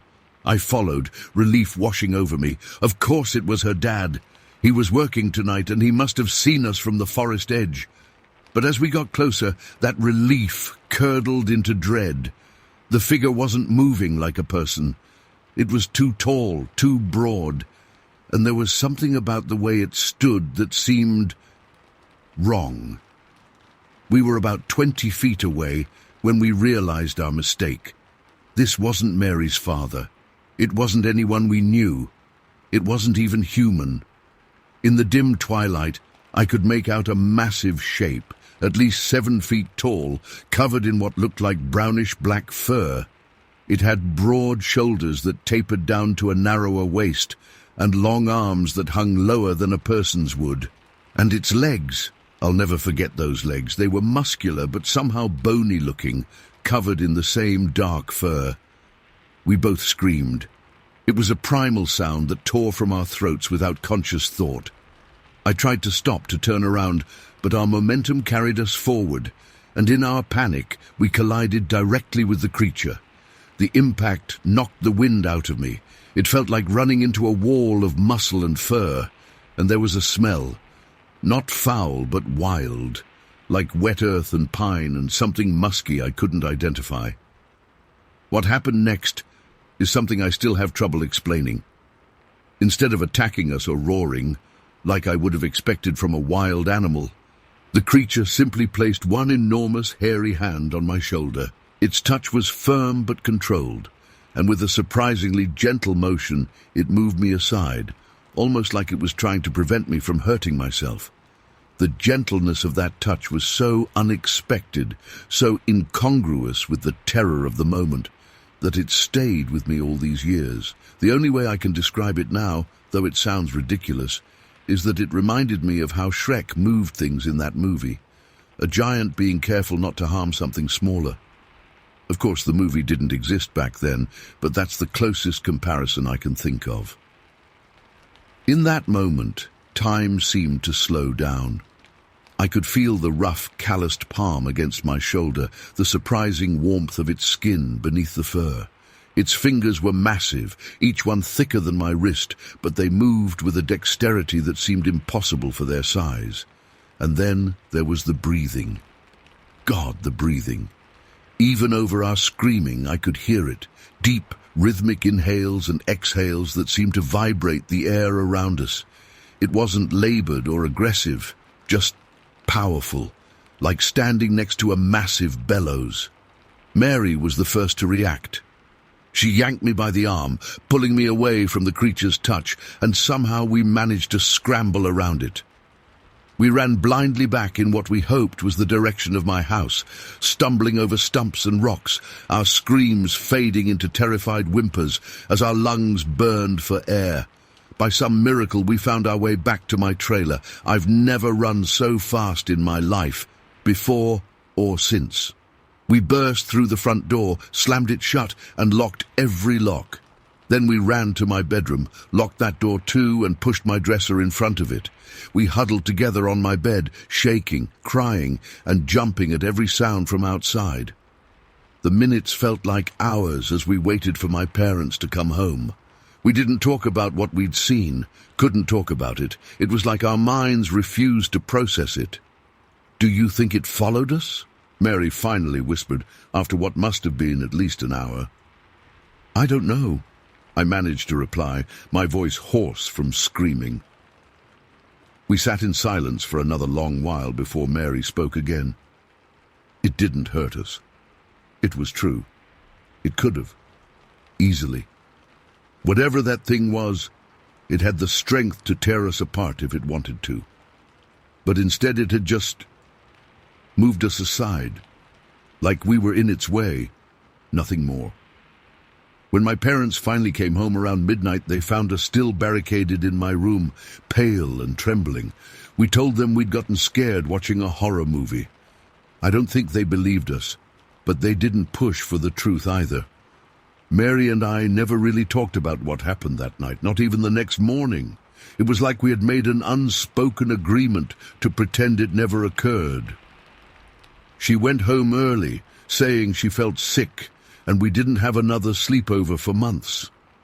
I couldn't look at the woods behind our house without feeling that primal fear rise up in my chest. For weeks afterward, I had nightmares where I could hear that breathing, that deep, powerful breathing that told me whatever we'd encountered was very much real. It wasn't until years later, when I was in college and came across a documentary about Bigfoot sightings in the Pacific Northwest, that I finally had a name for what we'd seen. The descriptions matched: the height, the fur, the way it moved.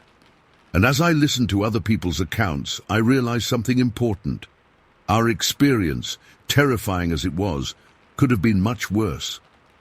Whatever we encountered that night in the woods, whatever you want to call it, Sasquatch, Bigfoot, or something else entirely, it didn't want to harm us. If anything, it seemed surprised by our presence, just as we were by its. I'm 45 now, and I've never gone public with this story until today. Mary and I lost touch after high school when she moved to California, and I sometimes wonder if she remembers that night as vividly as I do, or if she's managed to convince herself it was just childhood imagination. But I know what I saw. I know what I felt. And most of all, I know what I heard. That breathing that no human could produce, that confirmed beyond any doubt that we were in the presence of something other.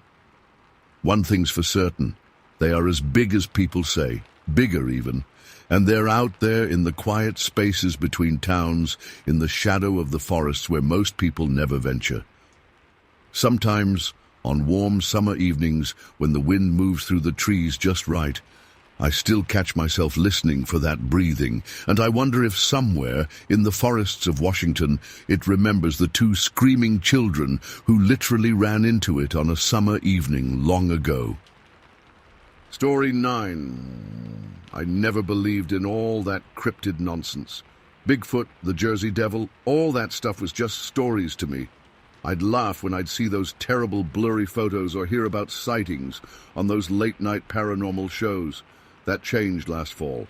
I still don't know what to make of what happened, but I know what I saw, and it wasn't anything that's supposed to exist. This happened in November 2011. We live in Mount Cobb, Pennsylvania. It's this small community in Lackawanna County. Nothing exciting ever happens here. We've got about 2 acres of land that backs up to a pretty dense forest. My husband commutes to Scranton for work, and I stay home with our son, Tyler, who was 7 at the time. November 10th started like any normal day. It was crisp, but not too cold. Perfect weather for yard work. The maple trees around our property had dropped most of their leaves, so I decided to spend the morning raking. Tyler was home from school that day. He had a slight fever the night before, but was feeling better and wanted to play outside rather than being cooped up in the house.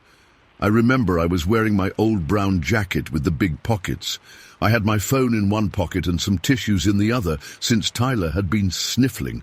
I'd been raking for maybe an hour, and Tyler was playing with his trucks in the pile of leaves I'd made near the middle of the yard. It was around 10 in the morning when everything changed. Tyler suddenly called out to me, "Mom, there's a monkey in the tree." I remember thinking he was just playing pretend or something. I looked up from my raking and asked him what he was talking about. "Over there!" He was pointing toward the edge of our property, where the forest begins. "In the maple tree. Look!" I followed where he was pointing, still thinking he was imagining things. But then I saw it, and my whole body went cold. There was something sitting in one of the maple trees at the edge of our yard. At first glance, it almost looked like a small man, but covered in hair. It was perched on a thick branch about 10 or 12 feet up, just watching us. I froze for a second, not sure what I was seeing. My first thought was that maybe it was a raccoon or something, but this was way too big for that. And the way it was sitting, it had its legs tucked up, almost like a chimp would sit, but the proportions were all wrong for an ape. "Tyler, come here," I said, trying to keep my voice calm. He ran over to me, excited rather than scared. "See, Mom? It's a monkey. Can we keep it?" "Stay behind me," I told him. Then, curiosity getting the better of me, I started walking slowly toward the tree. The creature didn't move, just watched us with these dark eyes. As I got closer, I could make out more details, and that's when I realized this was something I couldn't explain. It was small, maybe just under 3 feet tall. Its body was covered in thick, dark brown hair, not fur, but more like hair. Its face was mostly hairless and surprisingly human-like, though I couldn't make out clear features from that distance. But what struck me most was that it was proportioned like a person, a very small, hairy person. It wasn't a monkey or any kind of ape I'd ever seen. I stopped about 20 feet from the tree, not wanting to get any closer. The thing just sat there, perfectly still, except for its eyes, which followed our movements. It didn't seem aggressive, just curious. Tyler stayed right behind me, peeking around my legs. "What is it, Mom?" he whispered. "I don't know, honey," I answered honestly. We stood there for what felt like forever, but was probably only a minute or two, just staring at each other, us and this strange little creature. My mind was racing, trying to make sense of what I was seeing. I remember thinking I needed proof, that no one would believe this, so I slowly reached into my jacket pocket for my phone. That was when everything changed. The slight movement of me reaching for my pocket seemed to alarm it. In one incredibly quick motion, it leaped from its branch to another tree nearby. The jump must have been at least 6 feet, and it did it effortlessly. Then it scrambled down the trunk with shocking speed. When it hit the ground, it took off running, on 2 legs, not 4. It ran upright like a person, but faster than any human could move. Within seconds, it had disappeared into the woods. The whole escape couldn't have taken more than 5 seconds total. I stood there, heart pounding, trying to process what I'd just seen. Tyler was jumping up and down beside me. "Wow! Did you see how fast it went? What was that thing, Mom?" I didn't have an answer for him. We walked over to the tree where it had been sitting. There were no obvious marks on the bark, no hair left behind, nothing to prove what we'd seen was real. But we both knew it was. When we got back to the house, Tyler surprised me by saying, "That was smaller than the other one." I stopped in my tracks. "What other one, Tyler?" He looked at me like it was no big deal. "The one I saw last summer, by Mr. Peterson's barn. That one was bigger." My stomach dropped. "You saw another one of these things? Why didn't you tell me?" He shrugged in that way kids do. "I thought you wouldn't believe me. Plus, it was only for a second." I sat Tyler down and had him tell me everything. According to him, he'd been playing near our neighbor's property the previous summer when he saw something walking through the woods behind their barn. He said it was like what we'd just seen, but taller, like a dad, not a kid, were his exact words. He'd only seen it for a moment before it disappeared into the thicker forest. I spent the rest of that day distracted, unable to focus on anything. When my husband got home, I told him what we'd seen. He gave me that look, you know the one, where they're trying to decide if you're joking or losing your mind. He suggested maybe it was a raccoon or even a bear cub, but neither of those made sense with what we saw. The next day, I decided to talk to our neighbors. The Petersons, whose barn Tyler mentioned, are an older couple who've lived here for decades. When I brought up any unusual sightings, Mrs. Peterson hesitated before saying they hadn't seen anything strange themselves. But she mentioned that their dogs had been acting weird at night over the past few months, barking at the woods, refusing to go out after dark. Mr. Peterson added that last winter they'd heard some strange howling from deep in the forest. Figured it was just coyotes or maybe someone's dogs got loose, he said. But the way he said it made me think he wasn't entirely convinced. I talked to a few other neighbors too. Most just looked at me like I was crazy.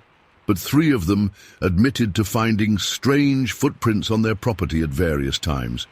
Too big for a raccoon, but too small for a bear, and oddly human-shaped. Over the next few weeks, I found myself watching the tree line constantly. I'd catch myself staring out windows, looking for movement. I started keeping my phone in my hand whenever I was outside, ready to snap a photo if I saw anything. Tyler seemed less concerned, treating the whole thing like an adventure. The strangest part is that I wasn't scared, not really. Whatever we saw didn't seem threatening. It was just watching, curious about us in the same way we were curious about it. If it had wanted to hurt us, it had plenty of opportunities. About a month after the sighting, I finally broke down and bought 2 trail cameras, the kind hunters use to track deer. I set them up facing the woods at the edge of our property. My husband thought I was being ridiculous, but he helped me mount them properly.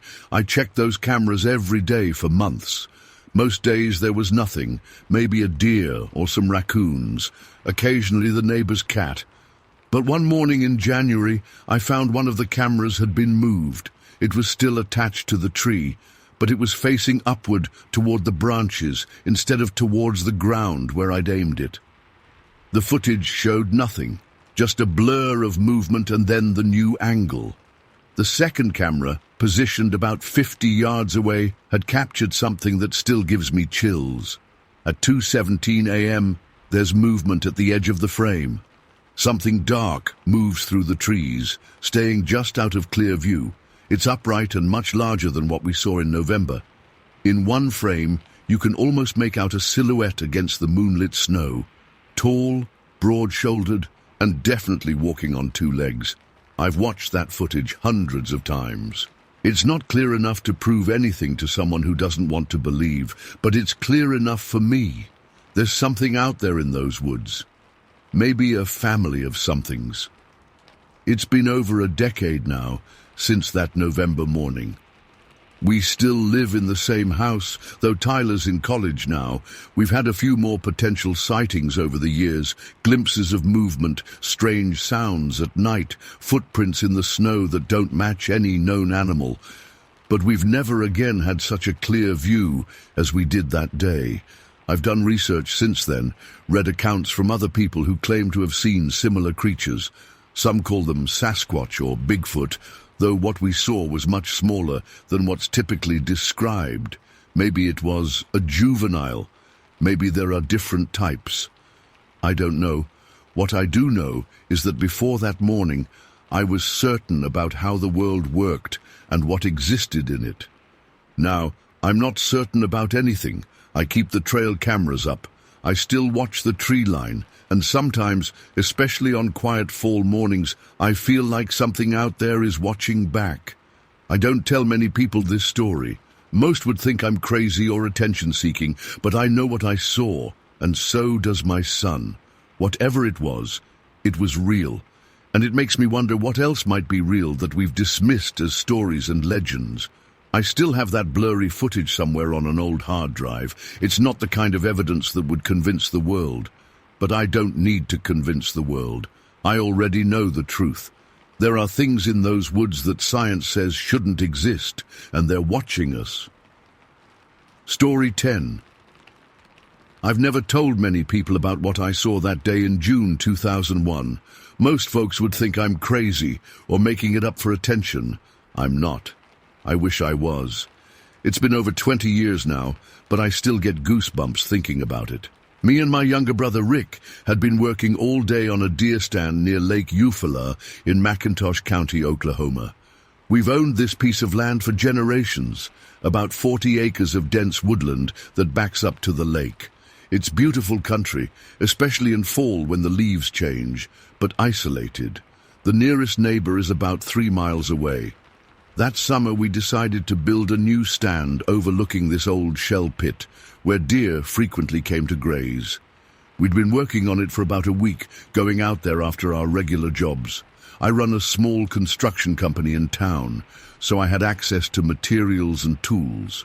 Rick works at the local hardware store, so between us, we had everything we needed. That particular day was hot as hell. Typical Oklahoma June weather. Must have been close to 95 degrees with humidity that made your clothes stick to you within minutes. We'd gotten there around 3 p.m. and worked straight through till dusk. The stand was coming along nicely. We'd finished the platform and were starting on the walls. It was going to be one of those enclosed stands with small windows for shooting to keep us warm during deer season. As the sun started setting, we decided to call it quits. We still had to load up the leftover scrap wood onto our old John Deere tractor that we'd parked about 100 yards away on this little gravel access road. Rick's truck was parked there too. The woods were getting dark fast. You know how it is in thick forest. The light goes quickly once the sun dips below the tree line. We had a couple of flashlights, but they weren't great. The mosquitoes were starting to come out in force too, which was just another reason to hurry up and get out of there. We gathered up our tools and the scrap lumber and made a couple of trips to the tractor. The road runs parallel to the lake, about 200 yards from the shoreline. From certain angles, you can see the water through the trees, especially at that time when the setting sun was reflecting off the surface, making it glow this deep blue color. I was loading the last pieces of wood onto the small trailer behind the tractor. Rick was securing some tools in the back of his pickup. I remember feeling tired but satisfied with our progress. The stand would probably be finished in another weekend or two. I was just thinking about the cold beer waiting in the fridge at home when I happened to glance down the road, and that's when I saw it. About 75 yards down the gravel road, where there's a slight bend before it continues deeper into the property, something was standing there. At first, my brain tried to make sense of it. Was it a bear? We do get black bears around here occasionally.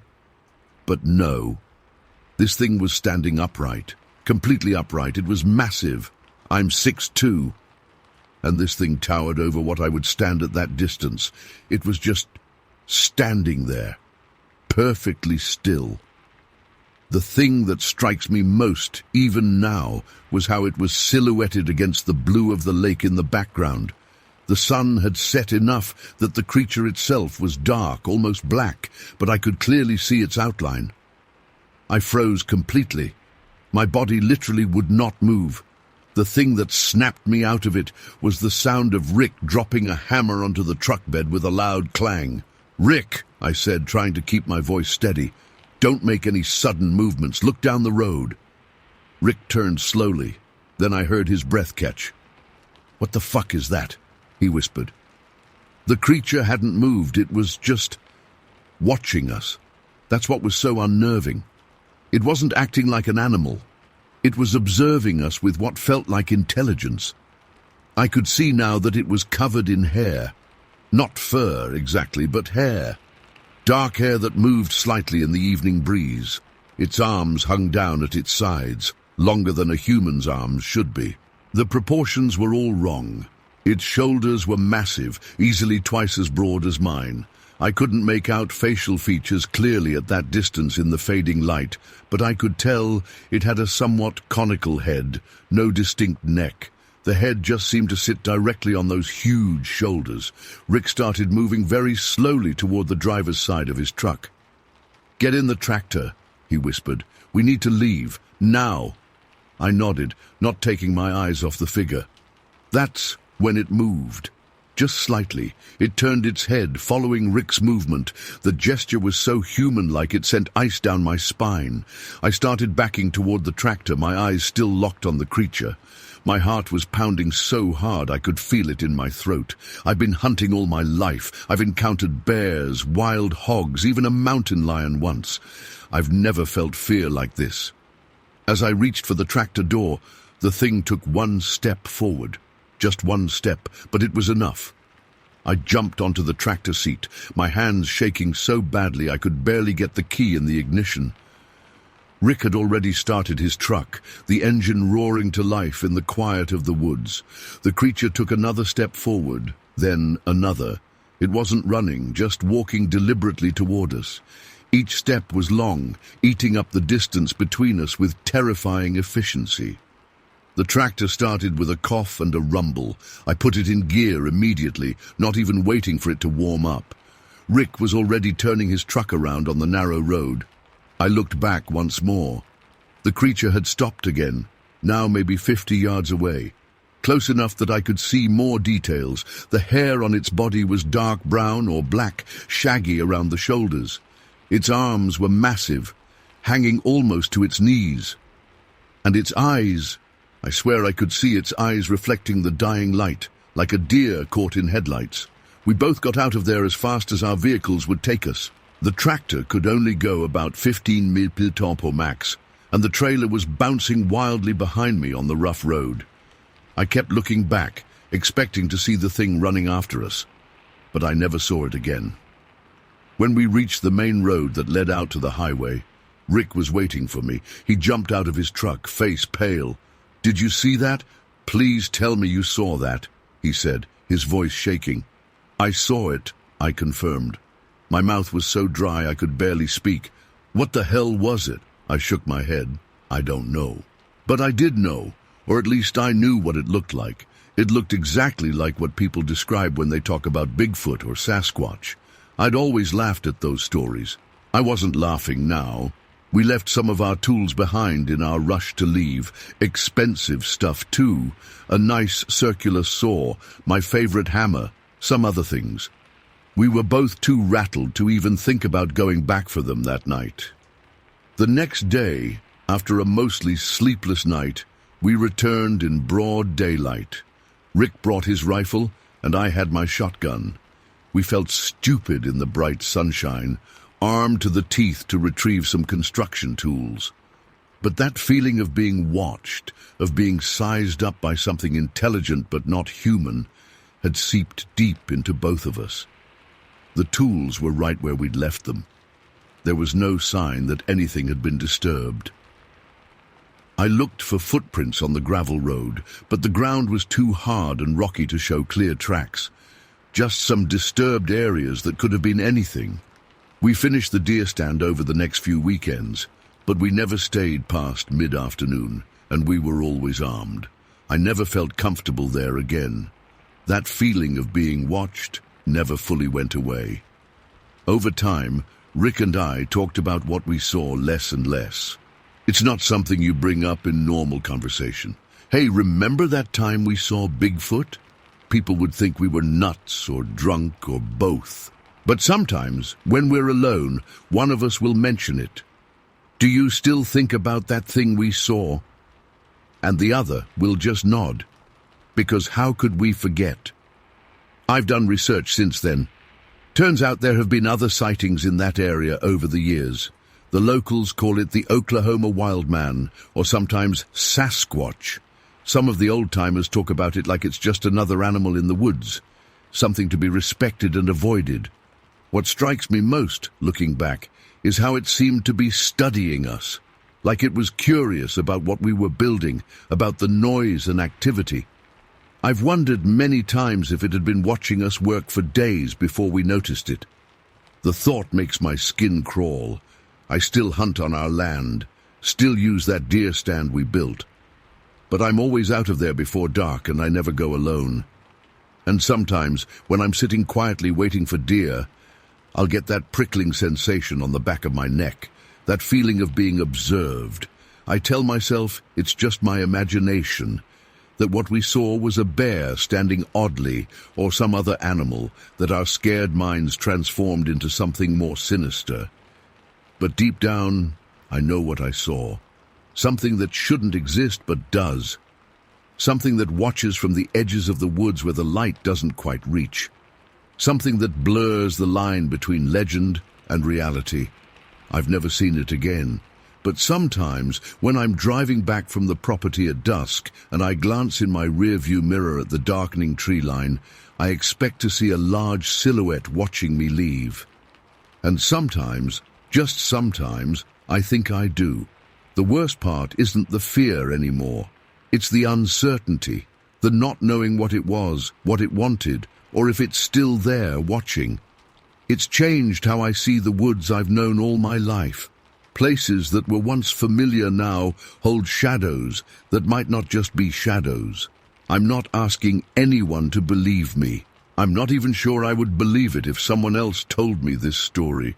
All I know is what I saw that evening in June 2001, and that there are things in this world that don't fit neatly into what we think we know. And sometimes, just sometimes, they come close enough to the edge of their world to look into ours. Story 11. I still don't talk about what happened that day much. It's been over 30 years now, but just thinking about it makes my hands shake. My wife Edna finally convinced me to write this down after she reported it to that research group back in 2001. I guess people should know what's out there. It was late September 1991. I'd been looking forward to prairie chicken season all summer. There's something about hunting on the land of my ancestors that always brought me peace. The Comanche grasslands near the Oklahoma Panhandle had been good to me over the years. I knew every dip and rise of that terrain like the lines on my palm.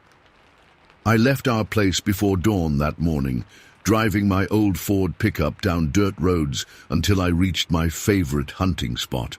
It was a perfect day, clear blue sky, temperature in the low 70s, just enough breeze to keep the mosquitoes away, but not enough to carry my scent too far. The tall grass stretched out like an ocean in all directions, golden brown and swaying gently. No sign of another human for miles. I parked at the edge of an access road, grabbed my shotgun, ammo and canteen, and headed out on foot. I'd been tracking a good-sized group of prairie chickens for about an hour, following their distinctive tracks and scattered feathers through the grass. Around mid-morning, I finally spotted them, a clutch of 7 or 8 hens pecking at seeds about 100 yards ahead of me. Prairie chickens have incredible eyesight, so I immediately dropped to my belly and began the slow crawl toward them. Anyone who's hunted these birds knows the patience it takes. I'd been army crawling for nearly 20 minutes, inching forward through the scratchy grass that stood nearly 3 feet tall around me. My old canvas hunting jacket was soaked with sweat, and grasshoppers kept jumping onto my arms and neck. I was maybe 40 yards from the birds when it happened. The hens had been making their typical clucking sounds, a sound that always reminds me of my grandmother's stories about how the Creator gave these birds their voices. Then suddenly complete silence. In hunting, that kind of silence is always a warning. My first thought was that a coyote or hawk was nearby. I froze completely, my shotgun clutched in my right hand, my body pressed flat against the earth. That's when I heard it. Someone coughing. Not just a small throat clearing, but a deep, wet, hacking cough. The kind that comes from deep in the chest. It sounded like a man, and it was close, maybe 30 yards to my left. I remember thinking it made no sense. This was seriously remote territory. The nearest ranch was over 12 miles away, and I hadn't seen another vehicle all morning. No hunter would be stupid enough to cough loudly during a stalk. I stayed completely still, barely breathing, my heart pounding so hard I swear I could feel the grass vibrating beneath my chest. The coughing continued, sporadic but getting closer. Between coughs, I could hear heavy footsteps crushing the grass, a shuffling gait that didn't sound quite right. Then the sunlight dimmed around me, not completely, like a cloud passing overhead, but as if someone was standing nearby, blocking part of the sun. The hair on the back of my neck stood up, and a cold feeling washed over me despite the warm morning. I slowly, very slowly, turned my head to look. What I saw will stay with me until the day I die. About 6 feet away stood the largest, strangest being I've ever encountered. It was massive, easily 7 feet tall, maybe 7.5. But it wasn't just the height that froze my blood, it was everything else about it. The creature was standing upright on 2 legs, its naked feet and calves visible in the grass. The legs were covered in tangled, matted hair, not fur exactly, but long, dirty hair that hung in clumps.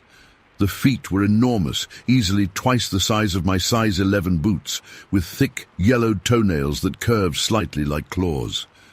I couldn't see its full body from my position on the ground, just from the knees down, but that was enough. The smell hit me next, a stench so powerful and overwhelming that my eyes watered immediately. It was like nothing I'd ever smelled before. Rotting meat, stagnant water, and something musky and animal-like all mixed together. The odor literally burned my nostrils and the back of my throat. I had to fight the urge to gag or cough.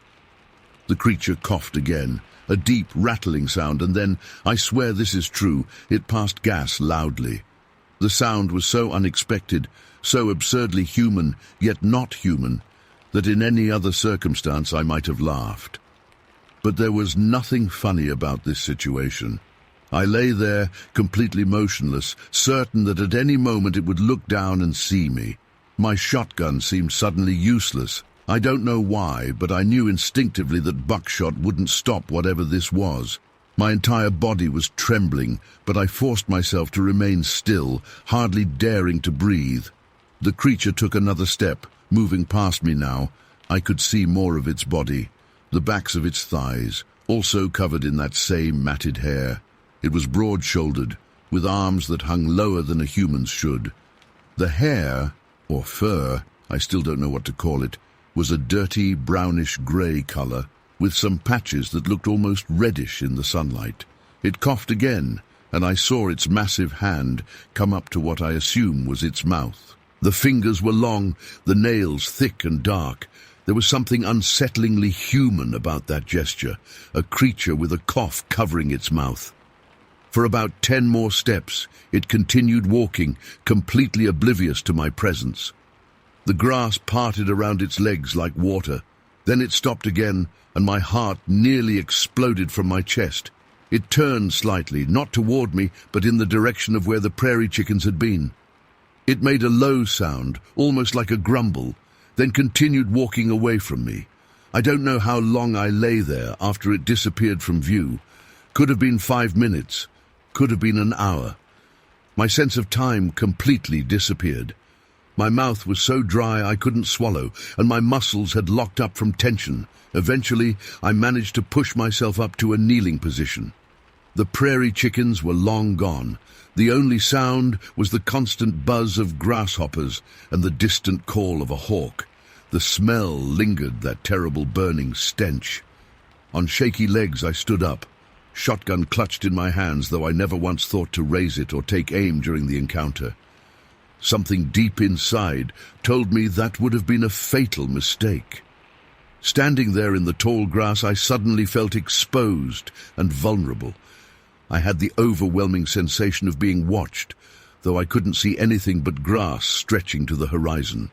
I started walking back toward my truck, trying not to run, even though every instinct screamed at me to sprint. About halfway there, I noticed something caught on a tall grass stem. At first, I thought it was just prairie fluff or cattail seeds, but when I looked closer I realized they were hairs, long, coarse hairs, much thicker than human hair, but not quite like animal fur either. I don't know what made me do it, but I carefully collected those hairs, wrapping them around my fingers and placing them in my shirt pocket. Maybe I needed proof, something tangible to convince myself later that I hadn't imagined the whole thing. By the time I reached my truck, my legs were so weak I had to lean against the door for a few minutes before I could climb in. I remember sitting there, hands shaking so badly I dropped my keys twice before I could start the engine. I didn't stop at any of my usual places on the drive home. Not the diner in Boise City where I usually grabbed lunch after hunting. Not the general store where I'd chat with the old-timers. I drove straight home, probably breaking the speed limit the whole way. Edna knew something was wrong the minute I walked in. She said my face was white as a sheet, and I looked like I'd seen a ghost. In a way, I had. I couldn't talk about it that day, or the next.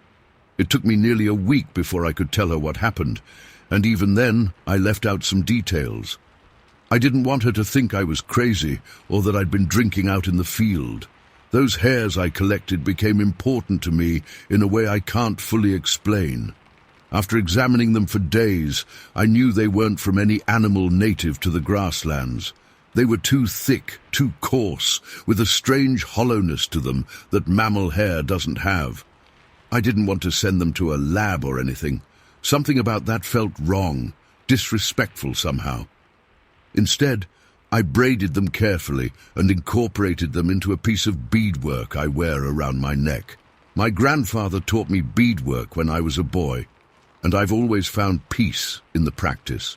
The necklace became a reminder, not just of what I saw, but of the fact that I was spared, because I have no doubt in my mind that creature knew I was there. It could have easily ended my life that day, but it chose not to.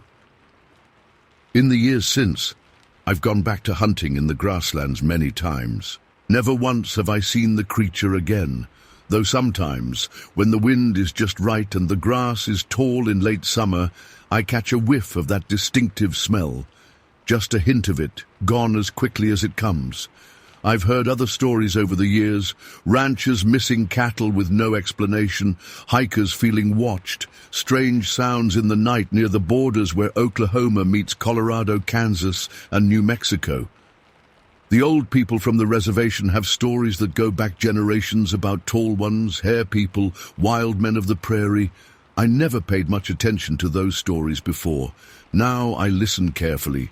Some nights I still wake up in a cold sweat, the image of those massive feet and tangled hair legs vivid in my mind. The coughing sound echoes in my dreams. I wonder if it was sick, if whatever caused that deep, wet cough eventually killed it. I wonder if there are others. I've never reported this to any authorities or scientists. What would I say? Who would believe me? But I know what I saw that day. It wasn't a bear standing upright. It wasn't a man in a costume. It was something else, something that shouldn't exist according to science books, but has always existed in the stories of my people. That day changed me, made me more aware of how little we truly know about the world around us, how many secrets the grasslands still keep. I find myself watching the horizon differently now, especially in the early mornings when mist hangs low over the grass. Sometimes I think I see a tall shape moving in the distance, but it's always gone when I look directly at it. I'm 73 years old now. My hunting days are mostly behind me, though I still get out during prairie chicken season when my joints aren't too stiff. Every time I go, I carry an offering of tobacco that I leave in the grass. A sign of respect. A thank you for my life. Maybe that creature and I had something in common that day, both of us hunting, both of us caught by surprise in an unexpected encounter. Maybe that's why it let me live. I don't expect anyone to believe this story.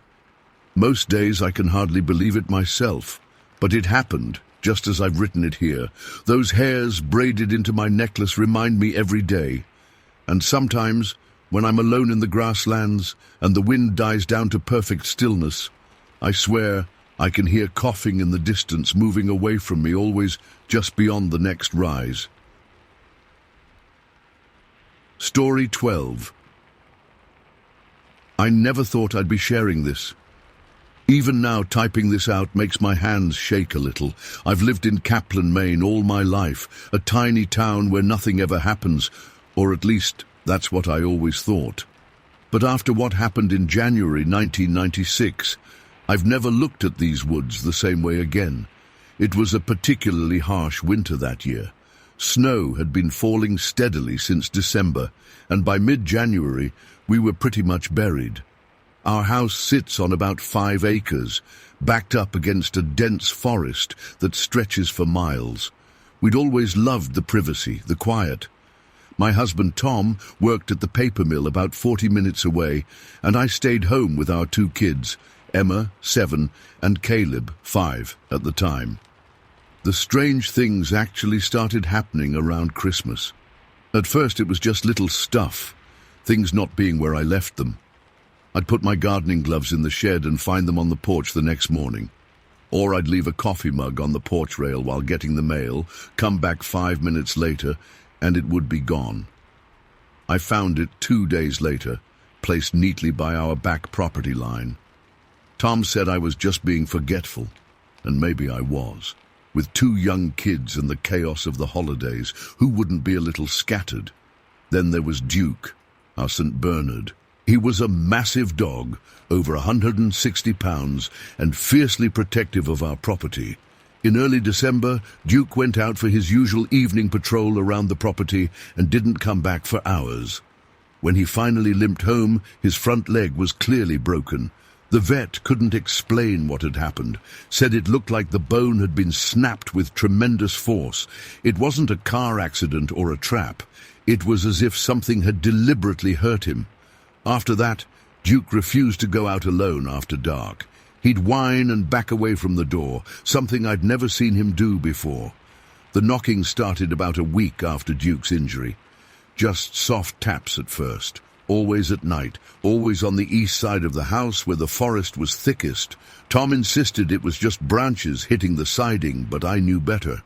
The sounds were too deliberate, too rhythmic. Sometimes 3 quick taps, then a pause, then 3 more. Other times, it was a slow, steady knock-knock-knock that would go on for minutes. But what happened on January 15th is what I really need to talk about. That's the day everything changed.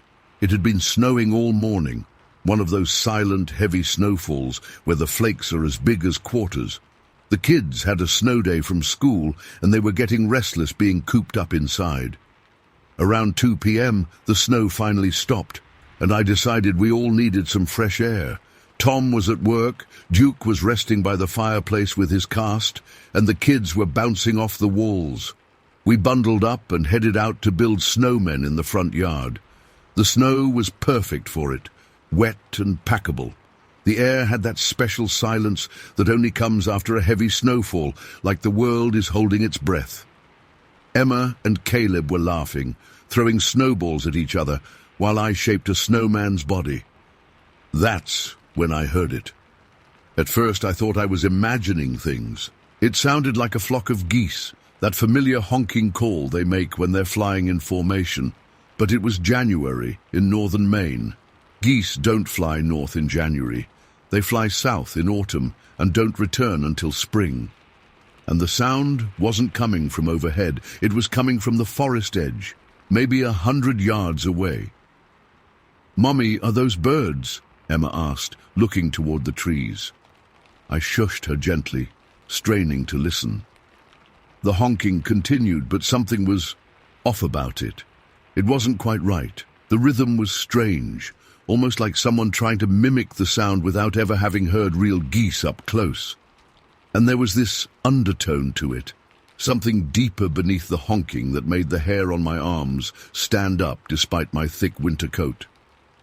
"Let's go inside for some hot chocolate," I said, trying to keep my voice casual. Both kids immediately protested, but I was firm. Something felt wrong, and my instincts were screaming at me to get them inside. As I hurried them toward the house, I glanced back at the tree line. That's when I saw the movement. Just a shadow, really, something large shifting behind the pines. Not a moose or a deer. Something that seemed to stand upright before ducking back into the dense cover. Once inside, I locked the door and tried to distract the kids with hot chocolate and cookies. But I couldn't shake the feeling that we were being watched. Duke sensed it too. He'd gotten up from his spot by the fire and was standing at the back door, his hackles raised, letting out a low, continuous growl I'd never heard from him before.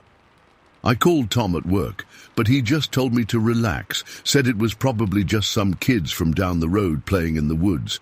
But we didn't have neighbors for over 2 miles, and no one would let their children wander that far in this weather. The kids settled in front of the TV, and I tried to keep busy with housework, but I kept finding myself drawn to the windows, peering out at the pristine white landscape and the dark line of trees beyond. The goose calls had stopped, but now there was an expectant silence that felt even worse. By 4:30, it was already getting dark. Winter in Maine means short days.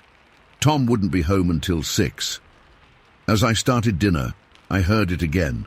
Not geese this time, but 3 distinct knocks on the side of the house, then silence, then 3 more knocks, louder this time.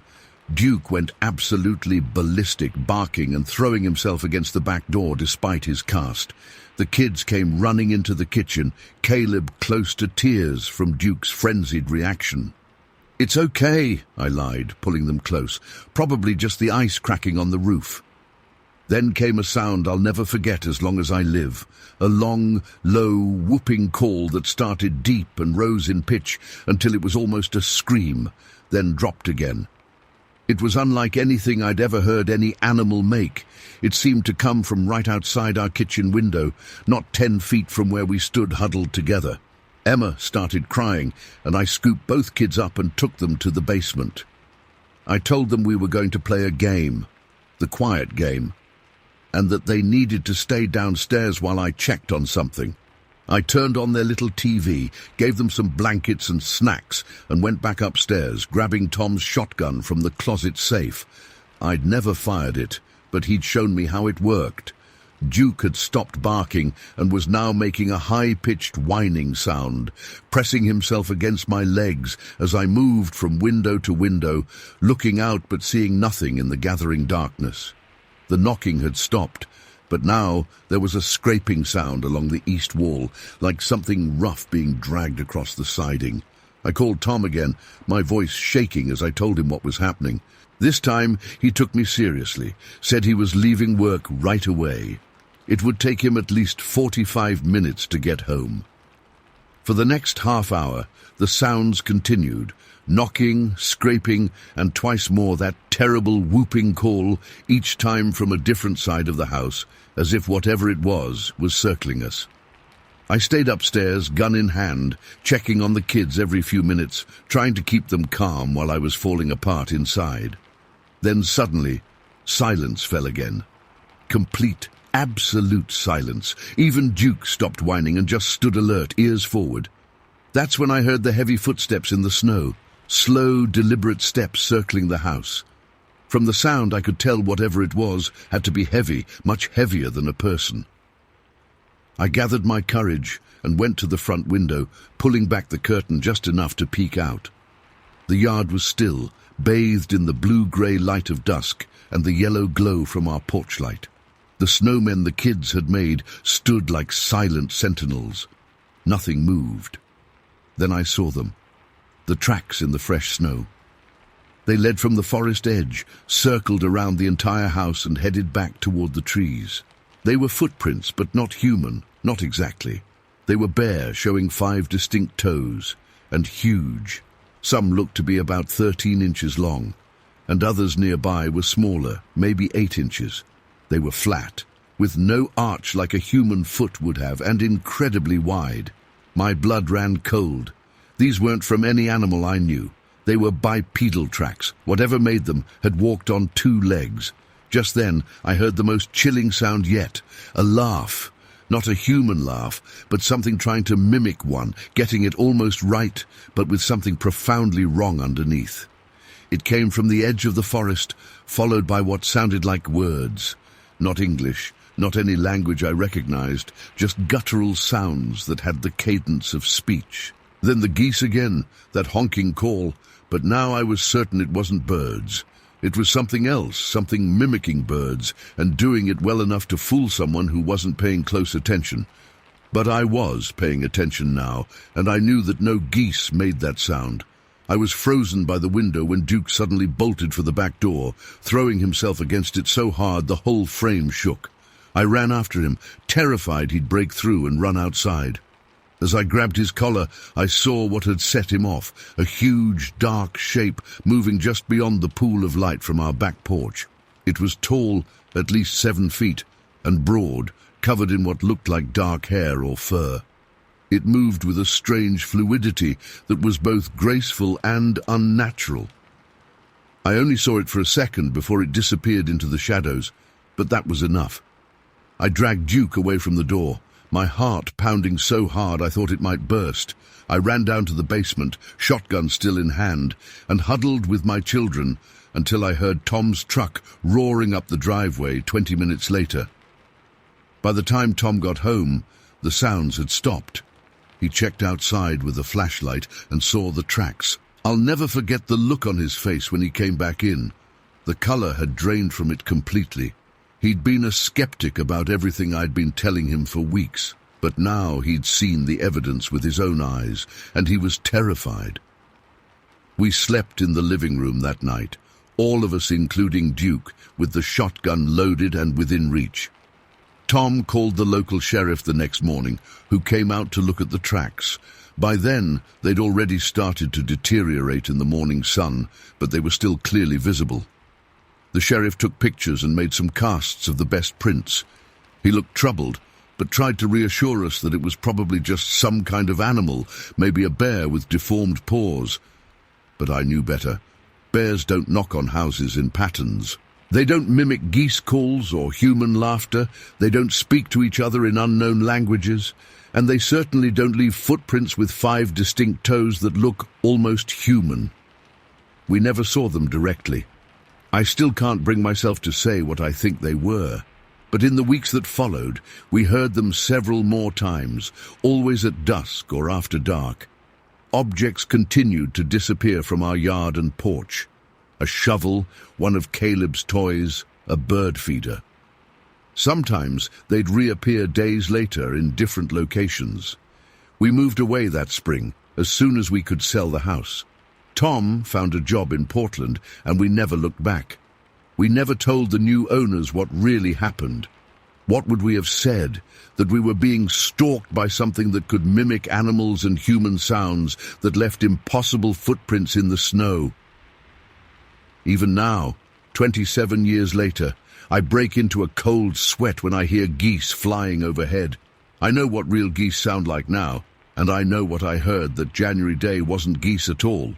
It was something else, something that was watching us, studying us, maybe even trying to communicate in its own way.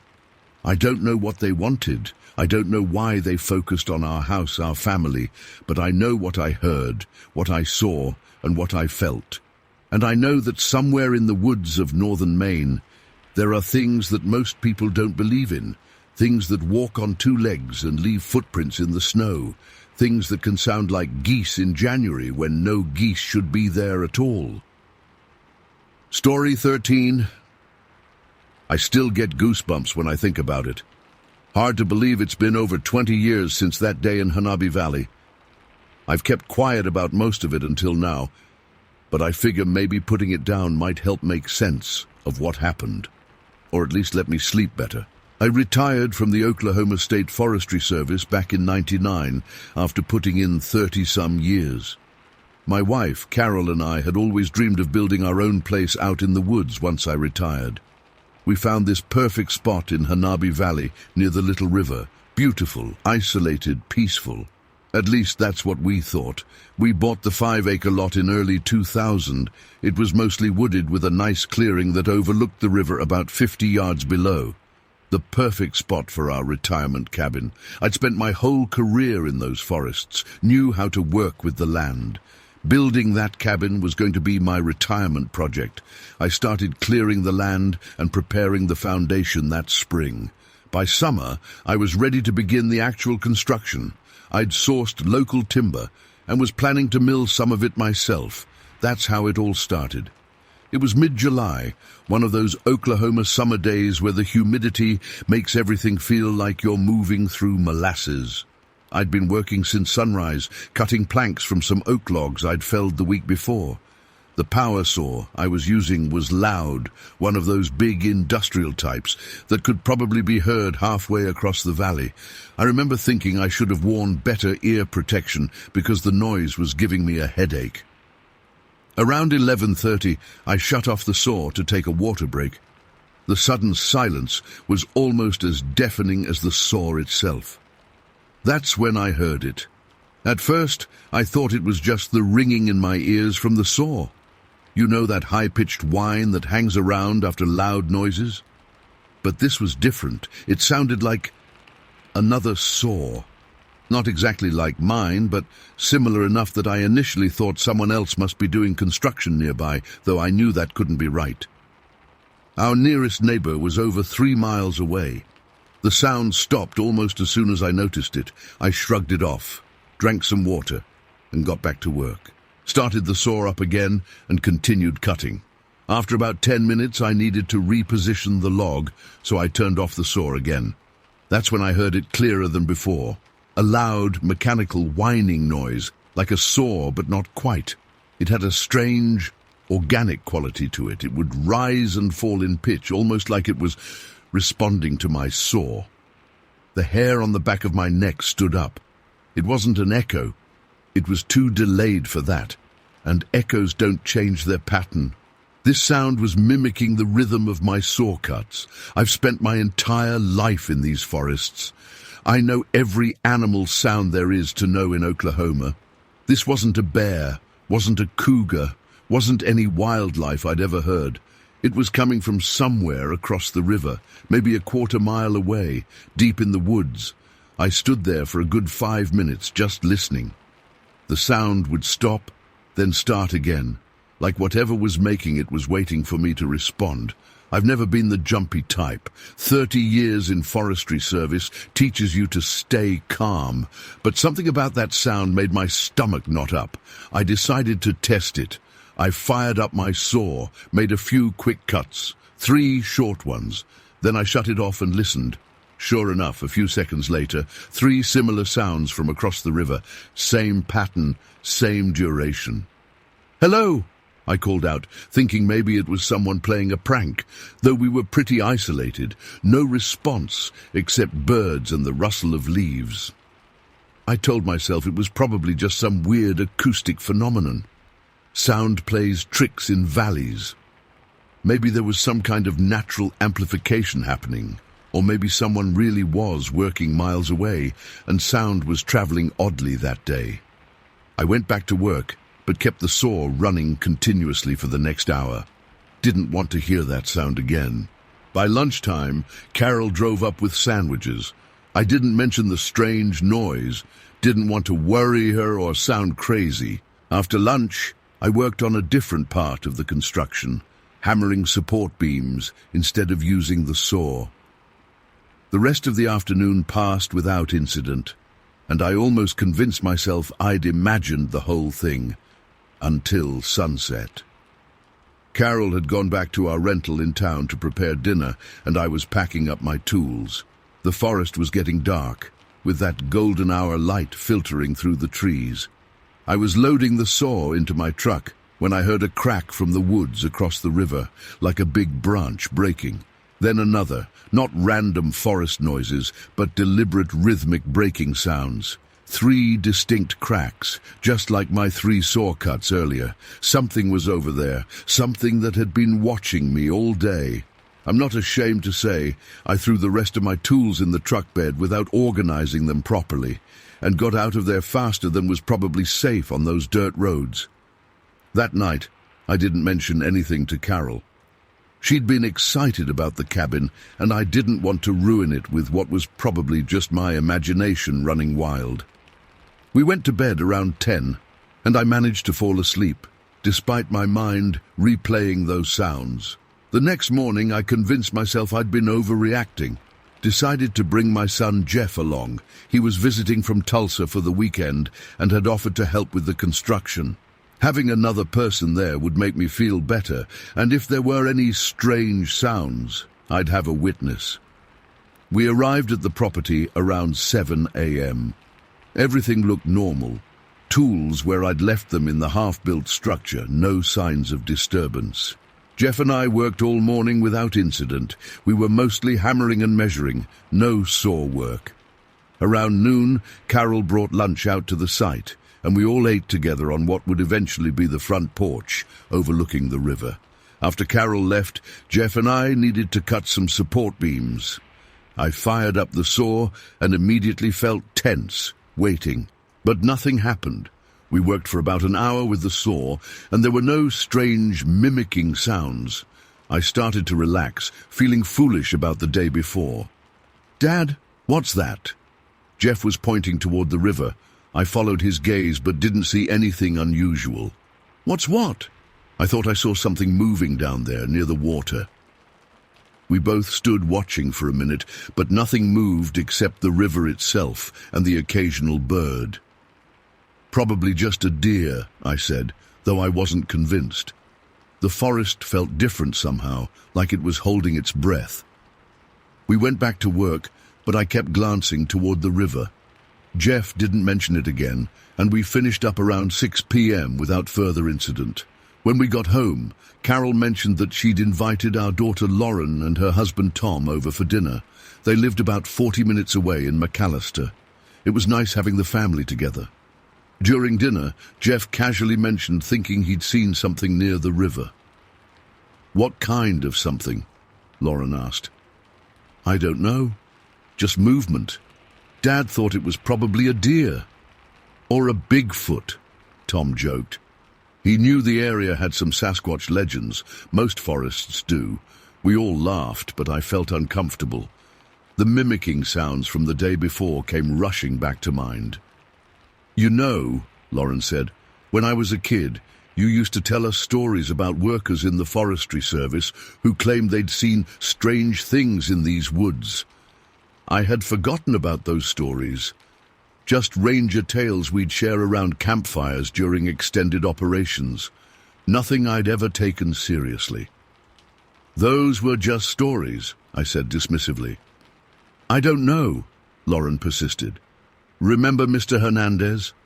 He was your colleague, and he swore he saw something watching him from the trees when he was doing that survey work near Little River." She was right. Manuel Hernandez had been a serious, no-nonsense type. Not the kind to make up stories or get spooked easily. He'd come back from a solo surveying trip, visibly shaken about 20 years ago. Said something had followed him for miles, just out of sight in the trees. Something that walked on 2 legs, but definitely wasn't human. The conversation moved on, but I couldn't stop thinking about it. After dinner, Lauren and Tom headed home, and Jeff went to bed early. The construction work had tired him out. Carol and I stayed up watching TV, but my mind was elsewhere. "What's bothering you?" Carol finally asked during a commercial break. I considered brushing it off, but decided to tell her. I described the mimicking sounds from the previous day. "It was probably just an echo," she said, but I could tell she was unsettled. "Echoes don't change their pattern," I replied. This was responding to me. She squeezed my hand. "Well, Jeff will be helping you all weekend, so you won't be alone out there." That night I dreamt of trees whispering and something large moving just beyond my field of vision. The next day, Saturday, Jeff and I arrived at the cabin site early. Carol decided to come along too, saying she wanted to get a better feel for the place so she could plan the interior design. I think she really just wanted to see if anything strange would happen. We worked steadily through the morning. I used the saw several times, tensing each time I turned it off, but there were no answering sounds from across the river. By afternoon, I'd almost relaxed again. Jeff and I were working on the roof supports, while Carol sat in a lawn chair reading a magazine, when we all heard a splash from the river below. A big splash, like something large had been thrown or had jumped in. "Probably fish jumping," I said. though it had sounded much larger than that. A few minutes later, another splash, even louder. Carol put down her magazine. "That's not fish," she said. We all walked to the edge of the clearing to get a better view of the river below. Just as we got there, we saw a large ripple spreading across the surface of the water. Then a loud cracking sound came from the opposite bank, like stone hitting stone. Crack, crack, crack, 3 times, just like before. "What is that?" Carol whispered. Before I could answer, another splash, and this time we actually saw it. A large rock, maybe the size of a basketball, hitting the water with tremendous force. It had come from the tree line on the opposite bank, but we couldn't see who or what had thrown it. "Hello?" Jeff called out. "Is someone there?" His voice echoed across the valley, but there was no human response. Instead, another rock crashed into the river, this one even bigger. We stood there frozen, watching as rock after rock was hurled into the river from the opposite tree line. The splashes were huge, indicating these weren't small stones, but massive rocks that would require significant strength to throw. Yet we couldn't see who was throwing them. This continued for nearly 40 minutes, rock after rock, some hitting water, others striking the rocky riverbank with a sharp crack that echoed through the valley. The pattern seemed deliberate, sometimes a series of 3 throws in quick succession, sometimes a pause of several minutes before another barrage. "We should go," Carol said quietly, her voice shaking. "Harold, I think we should go now." I nodded, unable to speak. The 3 of us backed away slowly from the edge of the clearing, never turning our backs to the river. When we reached the truck, we threw our things in hastily and got in. The rock throwing continued as we drove away, the splashes audible even over the truck's engine. That night, none of us mentioned what we'd seen to Lauren and Tom when they came over again. It seemed too bizarre, too unexplainable.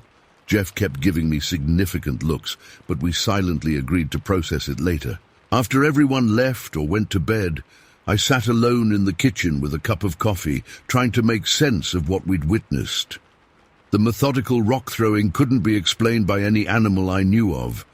Bears don't throw rocks in patterns. Neither do cougars or coyotes or any wildlife native to Oklahoma.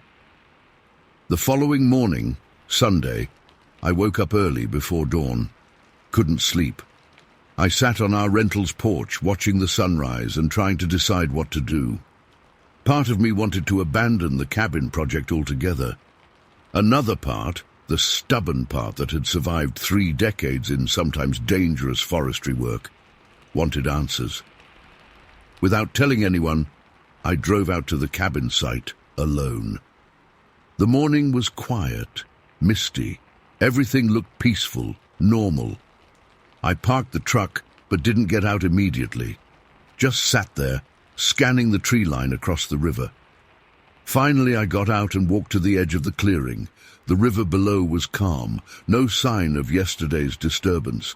The opposite bank stood silent, shrouded in morning fog.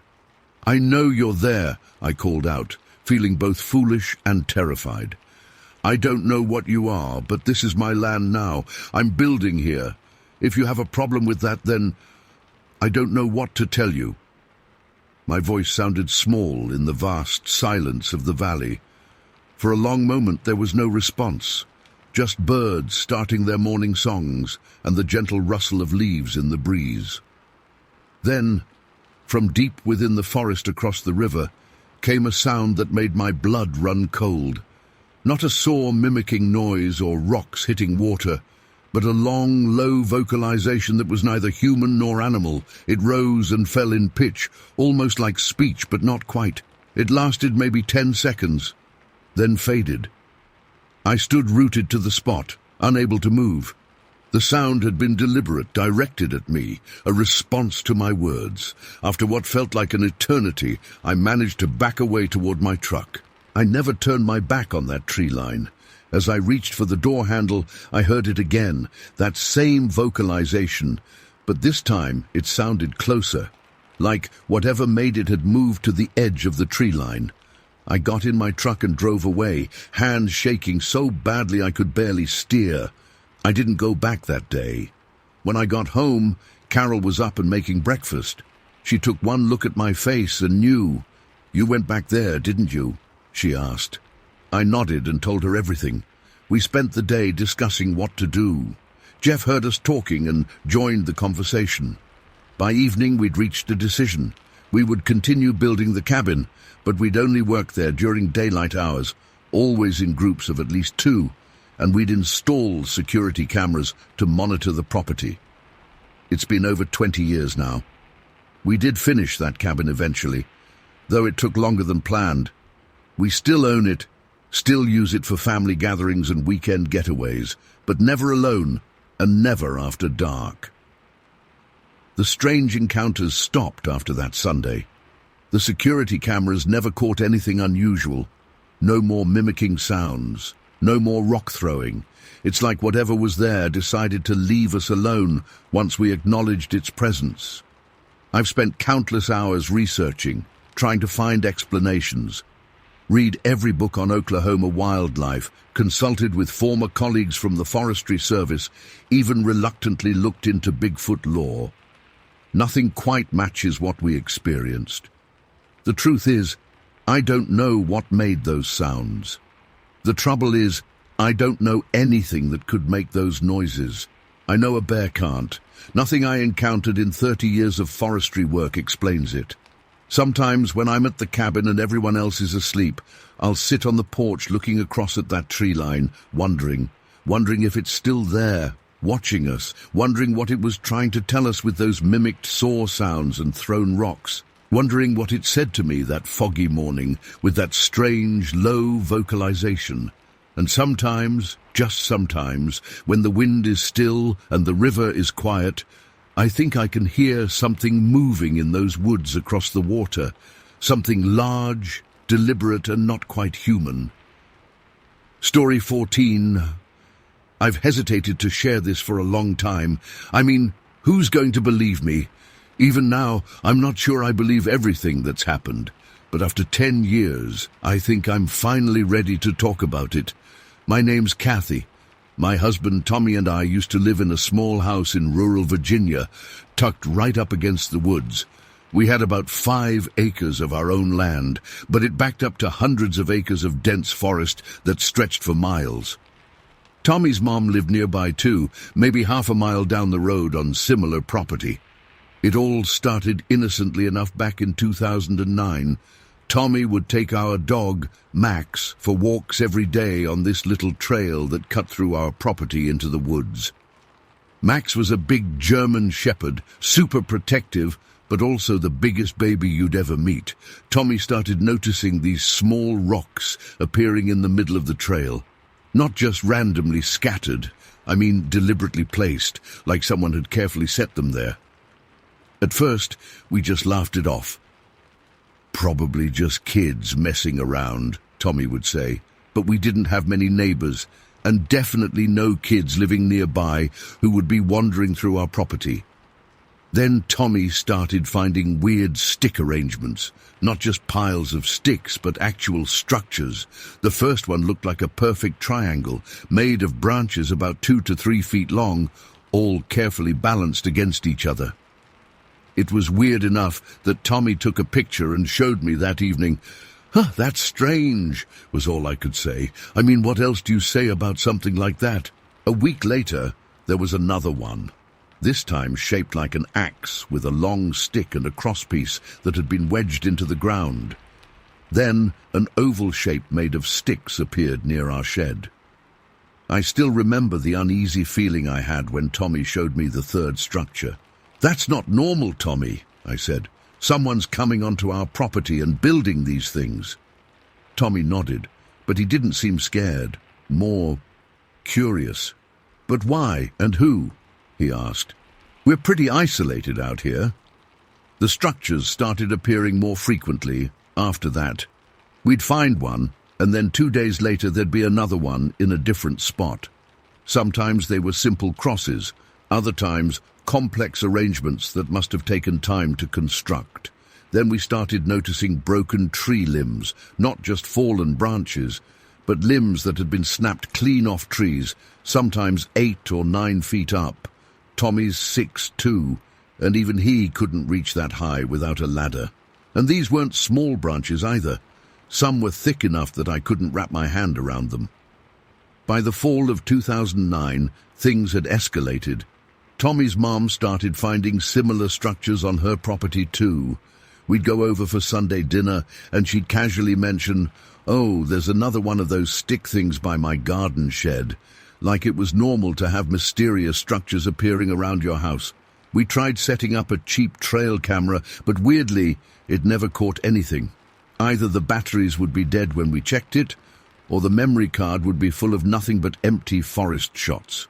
We'd find new structures right in the camera's line of sight, but nothing would be on the footage. It was around Christmas 2009 when Tommy first suggested what we were both starting to think. We were sitting on the porch, looking out at the woods as the sun set when he just said it, "What if it's Sasquatch?" I laughed, but it was a nervous laugh, because honestly, it made a weird kind of sense. We'd researched online and found that these stick structures were commonly associated with Bigfoot activity. So were the rock placements and the tree breaks. "You really think Bigfoot is hanging around our property, building stick triangles?" I asked. Tommy shrugged. "I don't know what else could explain it. It's not bears. It's not kids. Whatever's doing this is intelligent and purposeful." That winter was quiet. Fewer structures appeared, though we'd occasionally find new ones after a snowfall, which was especially creepy. Seeing those deliberate arrangements with fresh snow on them, knowing something had been there just hours before. Spring 2010 is when things really ramped up. The structures were everywhere now. We counted over 30 on our property alone, and at least a dozen more at Tommy's mum's place. They were getting more complex too. Some looked like little shelters, others like weird symbols or markers. Then we started hearing noises at night, not just the usual forest sounds, but distinct knocks, like someone taking a stick and hitting a tree 3 times in succession. Knock, knock, knock. Then silence. Then 3 more knocks from a different direction, like something was responding. Tommy started spending more time outside, watching the woods. He'd sit on our back porch for hours, just staring into the trees. Sometimes I'd join him, but honestly, the whole thing was starting to freak me out more than it did him. One evening, in June 2010, we were sitting together on the porch when we heard the knocks. 3 distinct sounds coming from the edge of the woods. Without hesitating, Tommy knocked back. He picked up a piece of firewood and hit the porch railing 3 times. Silence. Then 3 more knocks, closer this time. "Tommy," I whispered, "what are you doing?" "Communicating," he said, like it was the most normal thing in the world. He knocked 3 more times. We heard a response, and then something else, a weird whooping sound that made all the hair on my arms stand up. It wasn't an owl, wasn't a coyote, wasn't anything I'd ever heard in these woods before. That night marked a turning point for Tommy. He became obsessed with communicating with whatever was out there. He'd go out every evening and knock on trees, whistle, even talk out loud to the woods. The weirdest part? It seemed to be working. The knocks would always respond to him now, and the structures started appearing closer to our house. We'd find them on our back porch or arranged around Tommy's truck. By fall 2010, Tommy had developed what he called a relationship with these things. He'd go out in the morning and say, "Morning, Bigfoot, how's it going today?" And I swear to God, sometimes we'd hear a knock in response. "They're not dangerous," Tommy insisted. "They're curious. They want to interact, but on their terms. They've got a sense of humor, too." "A sense of humor?" I asked. "Yeah, like teenage punks," he said, laughing. "Remember when they stacked all those pine cones on the hood of my truck in a perfect pyramid? That takes patience and a weird sense of humor."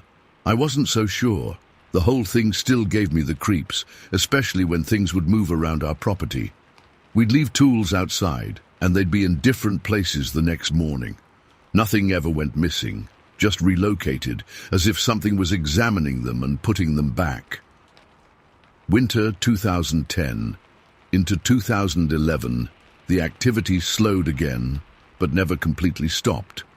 We'd still hear the knocking, especially on clear, cold nights. Tommy started leaving food out, apples mostly, or sometimes beef jerky. The food would always be gone in the morning. "You're feeding them now?" I asked, not hiding my concern. "Just being neighborly," Tommy said with a shrug. By spring 2011, Tommy had gone full Bigfoot whisperer. He'd spend hours outside, talking to the woods like they were old friends. "Hey, big guy, saw that structure you left by the garden? Pretty impressive work there." The structures were getting more elaborate too. One morning we found what looked like a perfect dome made of flexible branches, about 4 feet high and 6 feet across. It would have taken hours to make. That summer, things escalated again. We started hearing what sounded like footsteps around the house at night. Heavy footsteps. Max would go crazy, barking at the windows, but whenever we'd look outside, we'd see nothing. Tommy's mom reported similar experiences. "Something walked across my porch last night," she told us over the phone. "Sounded as heavy as a man, but when I looked out, nothing was there." Tommy was fascinated. I was terrified. I started sleeping poorly, jumping at every sound. Tommy, meanwhile, seemed almost energized by the whole thing. He'd stay up late, waiting to hear the footsteps or the knocks. "They respond when I talk to them," he told me one night. "If I say, 'Hey, Bigfoot, how you doing? How's the missus?' they'll knock or make that whooping sound, and then they'll stop making noise for a while, like they just wanted to be acknowledged." Fall 2011 brought an escalation I wasn't prepared for. I was in the kitchen making dinner when I heard a voice, not quite human but not animal either, making a sound that seemed like an attempt at words. It was coming from just beyond our back porch. I froze, knife in hand, heart pounding. I called for Tommy, who was in the shower. By the time he came running out, towel around his waist, the sound was gone. "It was trying to talk, Tommy," I said, my voice shaking. "It was trying to say something." Tommy didn't look scared. He looked thrilled. "They're learning," he said. "They're trying to communicate like we do." That was when I started thinking about moving. This had gone beyond weird stick structures and knocks in the night. Whatever was out there was watching us, learning from us, trying to be like us. It was too much. But Tommy wouldn't hear of it. "They're not dangerous, Kathy," he'd insist. "If they wanted to hurt us, they would have by now. They're just curious. They want to know about us." I wasn't convinced, but I loved our home, and I loved Tommy. So I stayed, growing more uneasy by the day. Winter came again, and with it, a new development. We started finding footprints in the snow. Not clear human prints, but not animal tracks either. They were huge, easily 16 inches long and 7 or 8 inches wide. They'd circle our house, sometimes stopping at windows, sometimes leading right up to our back door before disappearing. Tommy would measure them, photograph them, even make plaster casts. "This is evidence, Kathy," he'd say excitedly. "Proof they're real." I didn't need proof. I knew something was out there. I just wasn't as thrilled about it as Tommy was. Then came the incident in early 2012 that I still have nightmares about. I was coming home from work, pulling into our driveway around 5:30 p.m. It was already getting dark, that deep winter dusk that makes everything look blue and shadowy. As I got out of my car, I heard Tommy's voice calling from the edge of the woods. "Kathy! Hey, Kathy! Come here a second!" I assumed he was out collecting firewood or checking one of the structures. "Coming!" I called back and started walking toward his voice. "Kathy! Over here!" The voice called again from deeper in the trees. Something felt off. Tommy usually brought a flashlight if he was going to be out after dark, but I didn't see any light. Still, it was definitely his voice, that slight southern drawl he gets when he's relaxed. the way he says my name. I stopped at the edge of our yard. "Tommy, where are you? I can't see you." "Just a little further, Kathy. Come see what I found." I took a few more steps toward the woods, then stopped again. A chill ran down my spine that had nothing to do with the February air. Something was wrong. "Tommy!" I called, my voice smaller now. Just then, our back door opened, and light spilled out onto the porch. "Kathy? That you?" Tommy's voice called from behind me, from our house. I whirled around. Tommy was standing in the doorway, wiping his hands on a dish towel. He'd been inside the whole time. "Tommy," I whispered, my blood turning to ice. "Someone just called me into the woods, using your voice." Tommy's face changed. He dropped the towel and ran to me, grabbed my arm and pulled me toward the house. "Inside, now." Once we were inside with the door locked, I broke down. "It knew my name, Tommy," I sobbed. "It called me by my name in your voice." Tommy was pale. "They've been watching us," he said quietly, "listening to us. They know who we are." That night, we heard the knocks again, louder than ever. And for the first time, Tommy didn't respond. He sat with me on the couch, arms around me as I shook, while the knocking continued for hours. The next morning, we found more stick structures than ever before, dozens of them surrounding our house in a perfect circle. One was right outside our bedroom window, tall enough to reach the glass. We put our house on the market the following week.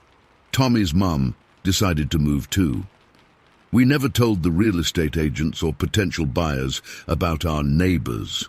What would we have said? "By the way, there's a family of Sasquatch living in the woods who like to build stick structures and mimic human voices."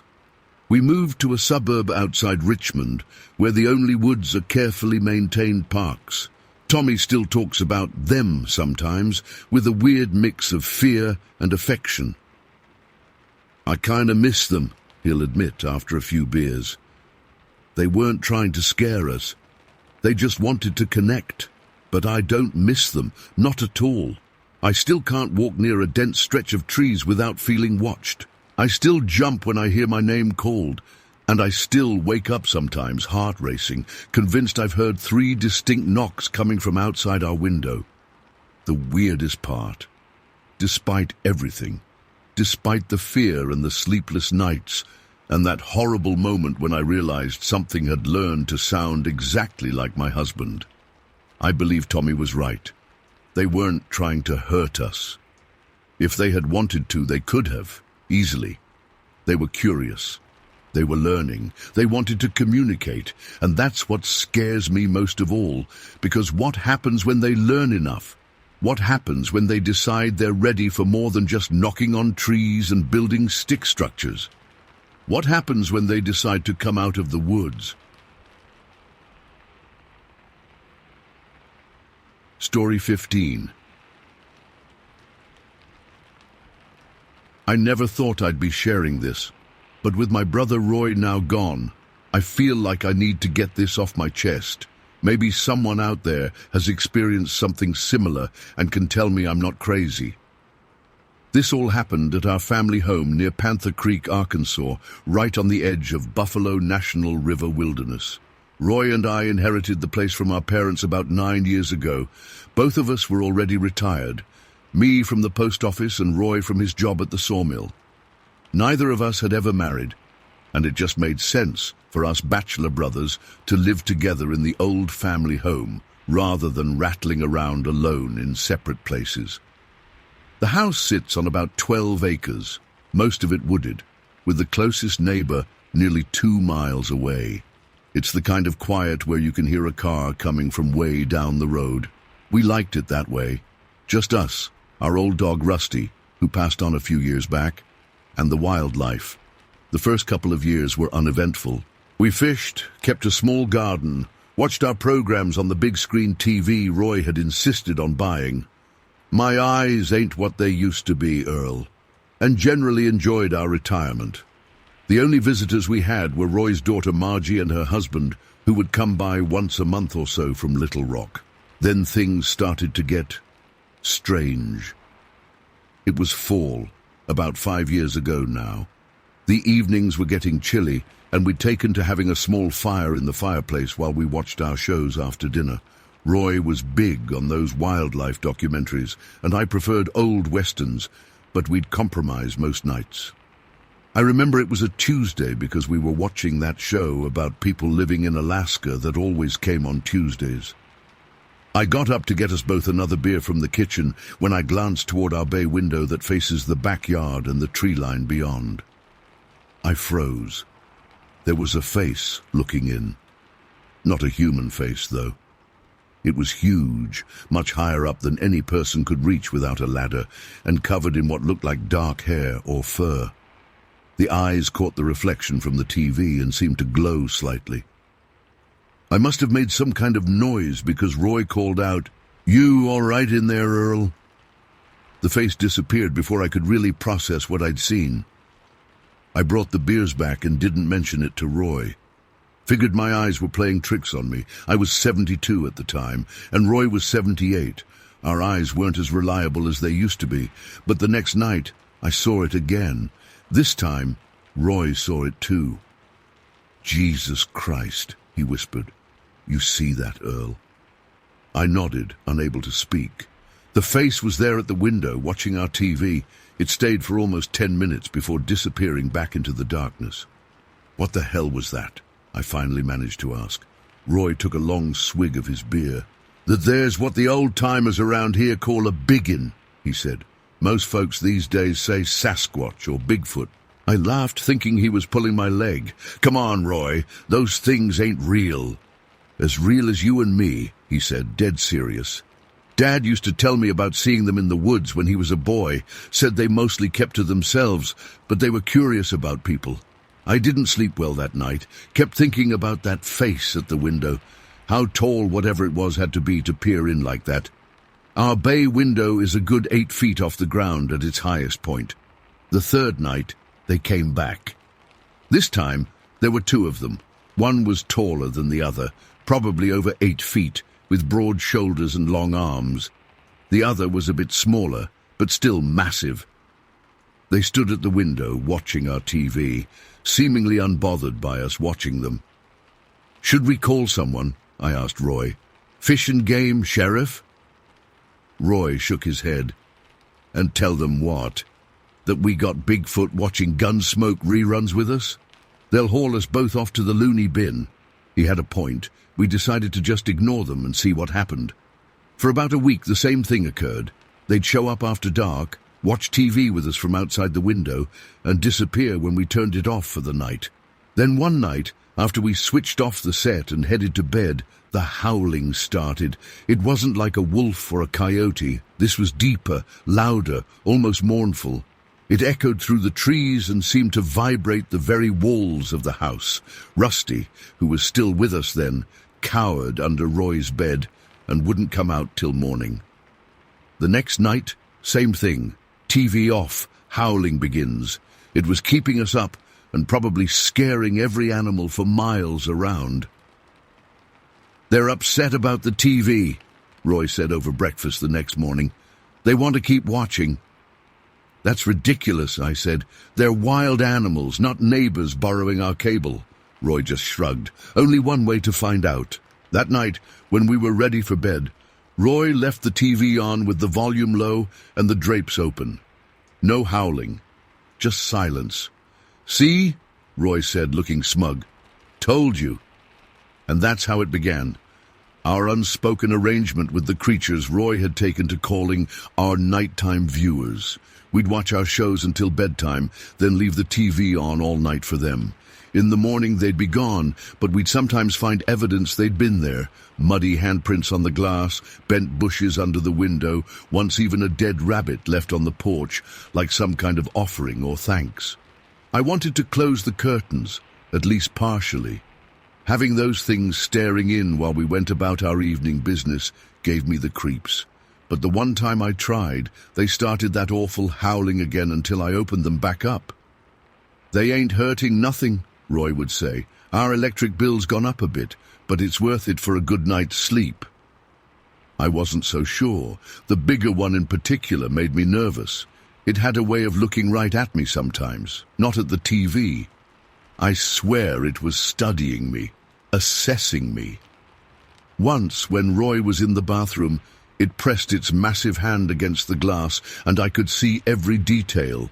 Fingers longer than mine, cracked yellowish nails, hair or fur covering the back of the hand, but not the palm. I mentioned this to Roy, and he just laughed. "You're making friend." "I don't want to be friends with it," I said. "That thing could whip my ass before God gets the news." Roy just chuckled and turned back to the TV. This went on for almost 4 years. I never got comfortable with our visitors, but I got used to them. They'd show up most nights, though sometimes in winter when the snow was deep, we'd go a week or more without seeing them. They seemed to have favorite shows. They'd stay more attentive during action programs with lots of movement and bright colors. During commercials, they'd sometimes wander away from the window, only to return when the program started again. We never told anyone about them. Who would believe us? Even Roy's daughter Margie never saw them. They seemed to know when other humans were at the house and stayed away. It was our secret, this weird détente with creatures most people thought were just legends. Then, about a year ago, Roy got sick. Cancer, and it was bad. Moved fast. Within 2 months he was gone. I couldn't stay in that house alone, not with those things coming around every night. After the funeral, Margie insisted I come live with her and her husband in Little Rock. I agreed, packing up what I needed and leaving the rest. The house would be sold eventually, but I couldn't deal with that yet.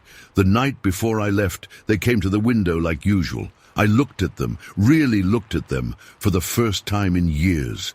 The big one met my gaze, and I swear there was understanding there.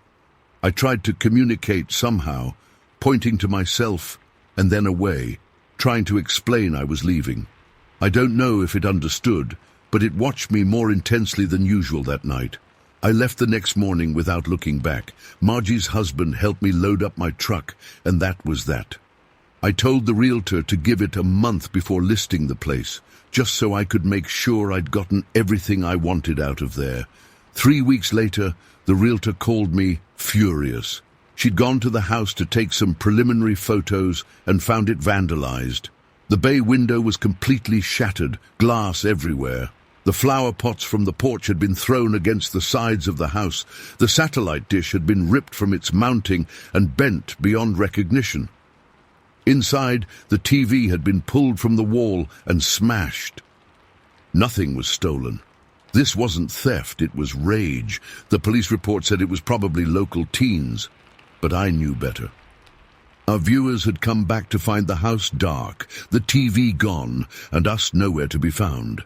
They'd been abandoned without explanation, and they weren't happy about it. The house eventually sold, but at a much lower price than we'd hoped. The new owners tore it down and built something more modern. I sometimes wonder if the creatures still visit that property looking for their TV in the window. I wonder if the new owners have seen anything strange. I'm 77 now, living in Margie's guest room, and trying to make sense of those years. I've never told her the truth about why I left so suddenly, or about our nightly visitors. She thinks I just couldn't bear to be in the house without Roy, and that's partly true. Sometimes at night I wake up thinking I hear that howling in the distance, even though I know I'm too far away. I still can't bring myself to watch nature documentaries or any of the shows they seem to enjoy. It feels too much like reopening a wound. I don't know what those creatures were, whether they were the Sasquatch of legend or something else entirely. All I know is that for nearly 4 years, my brother and I shared our evenings with something wild and unknown, something that found comfort in the flickering blue light of our television set, something that grew to expect us to be there night after night. And when we weren't, they made damn sure we knew they noticed.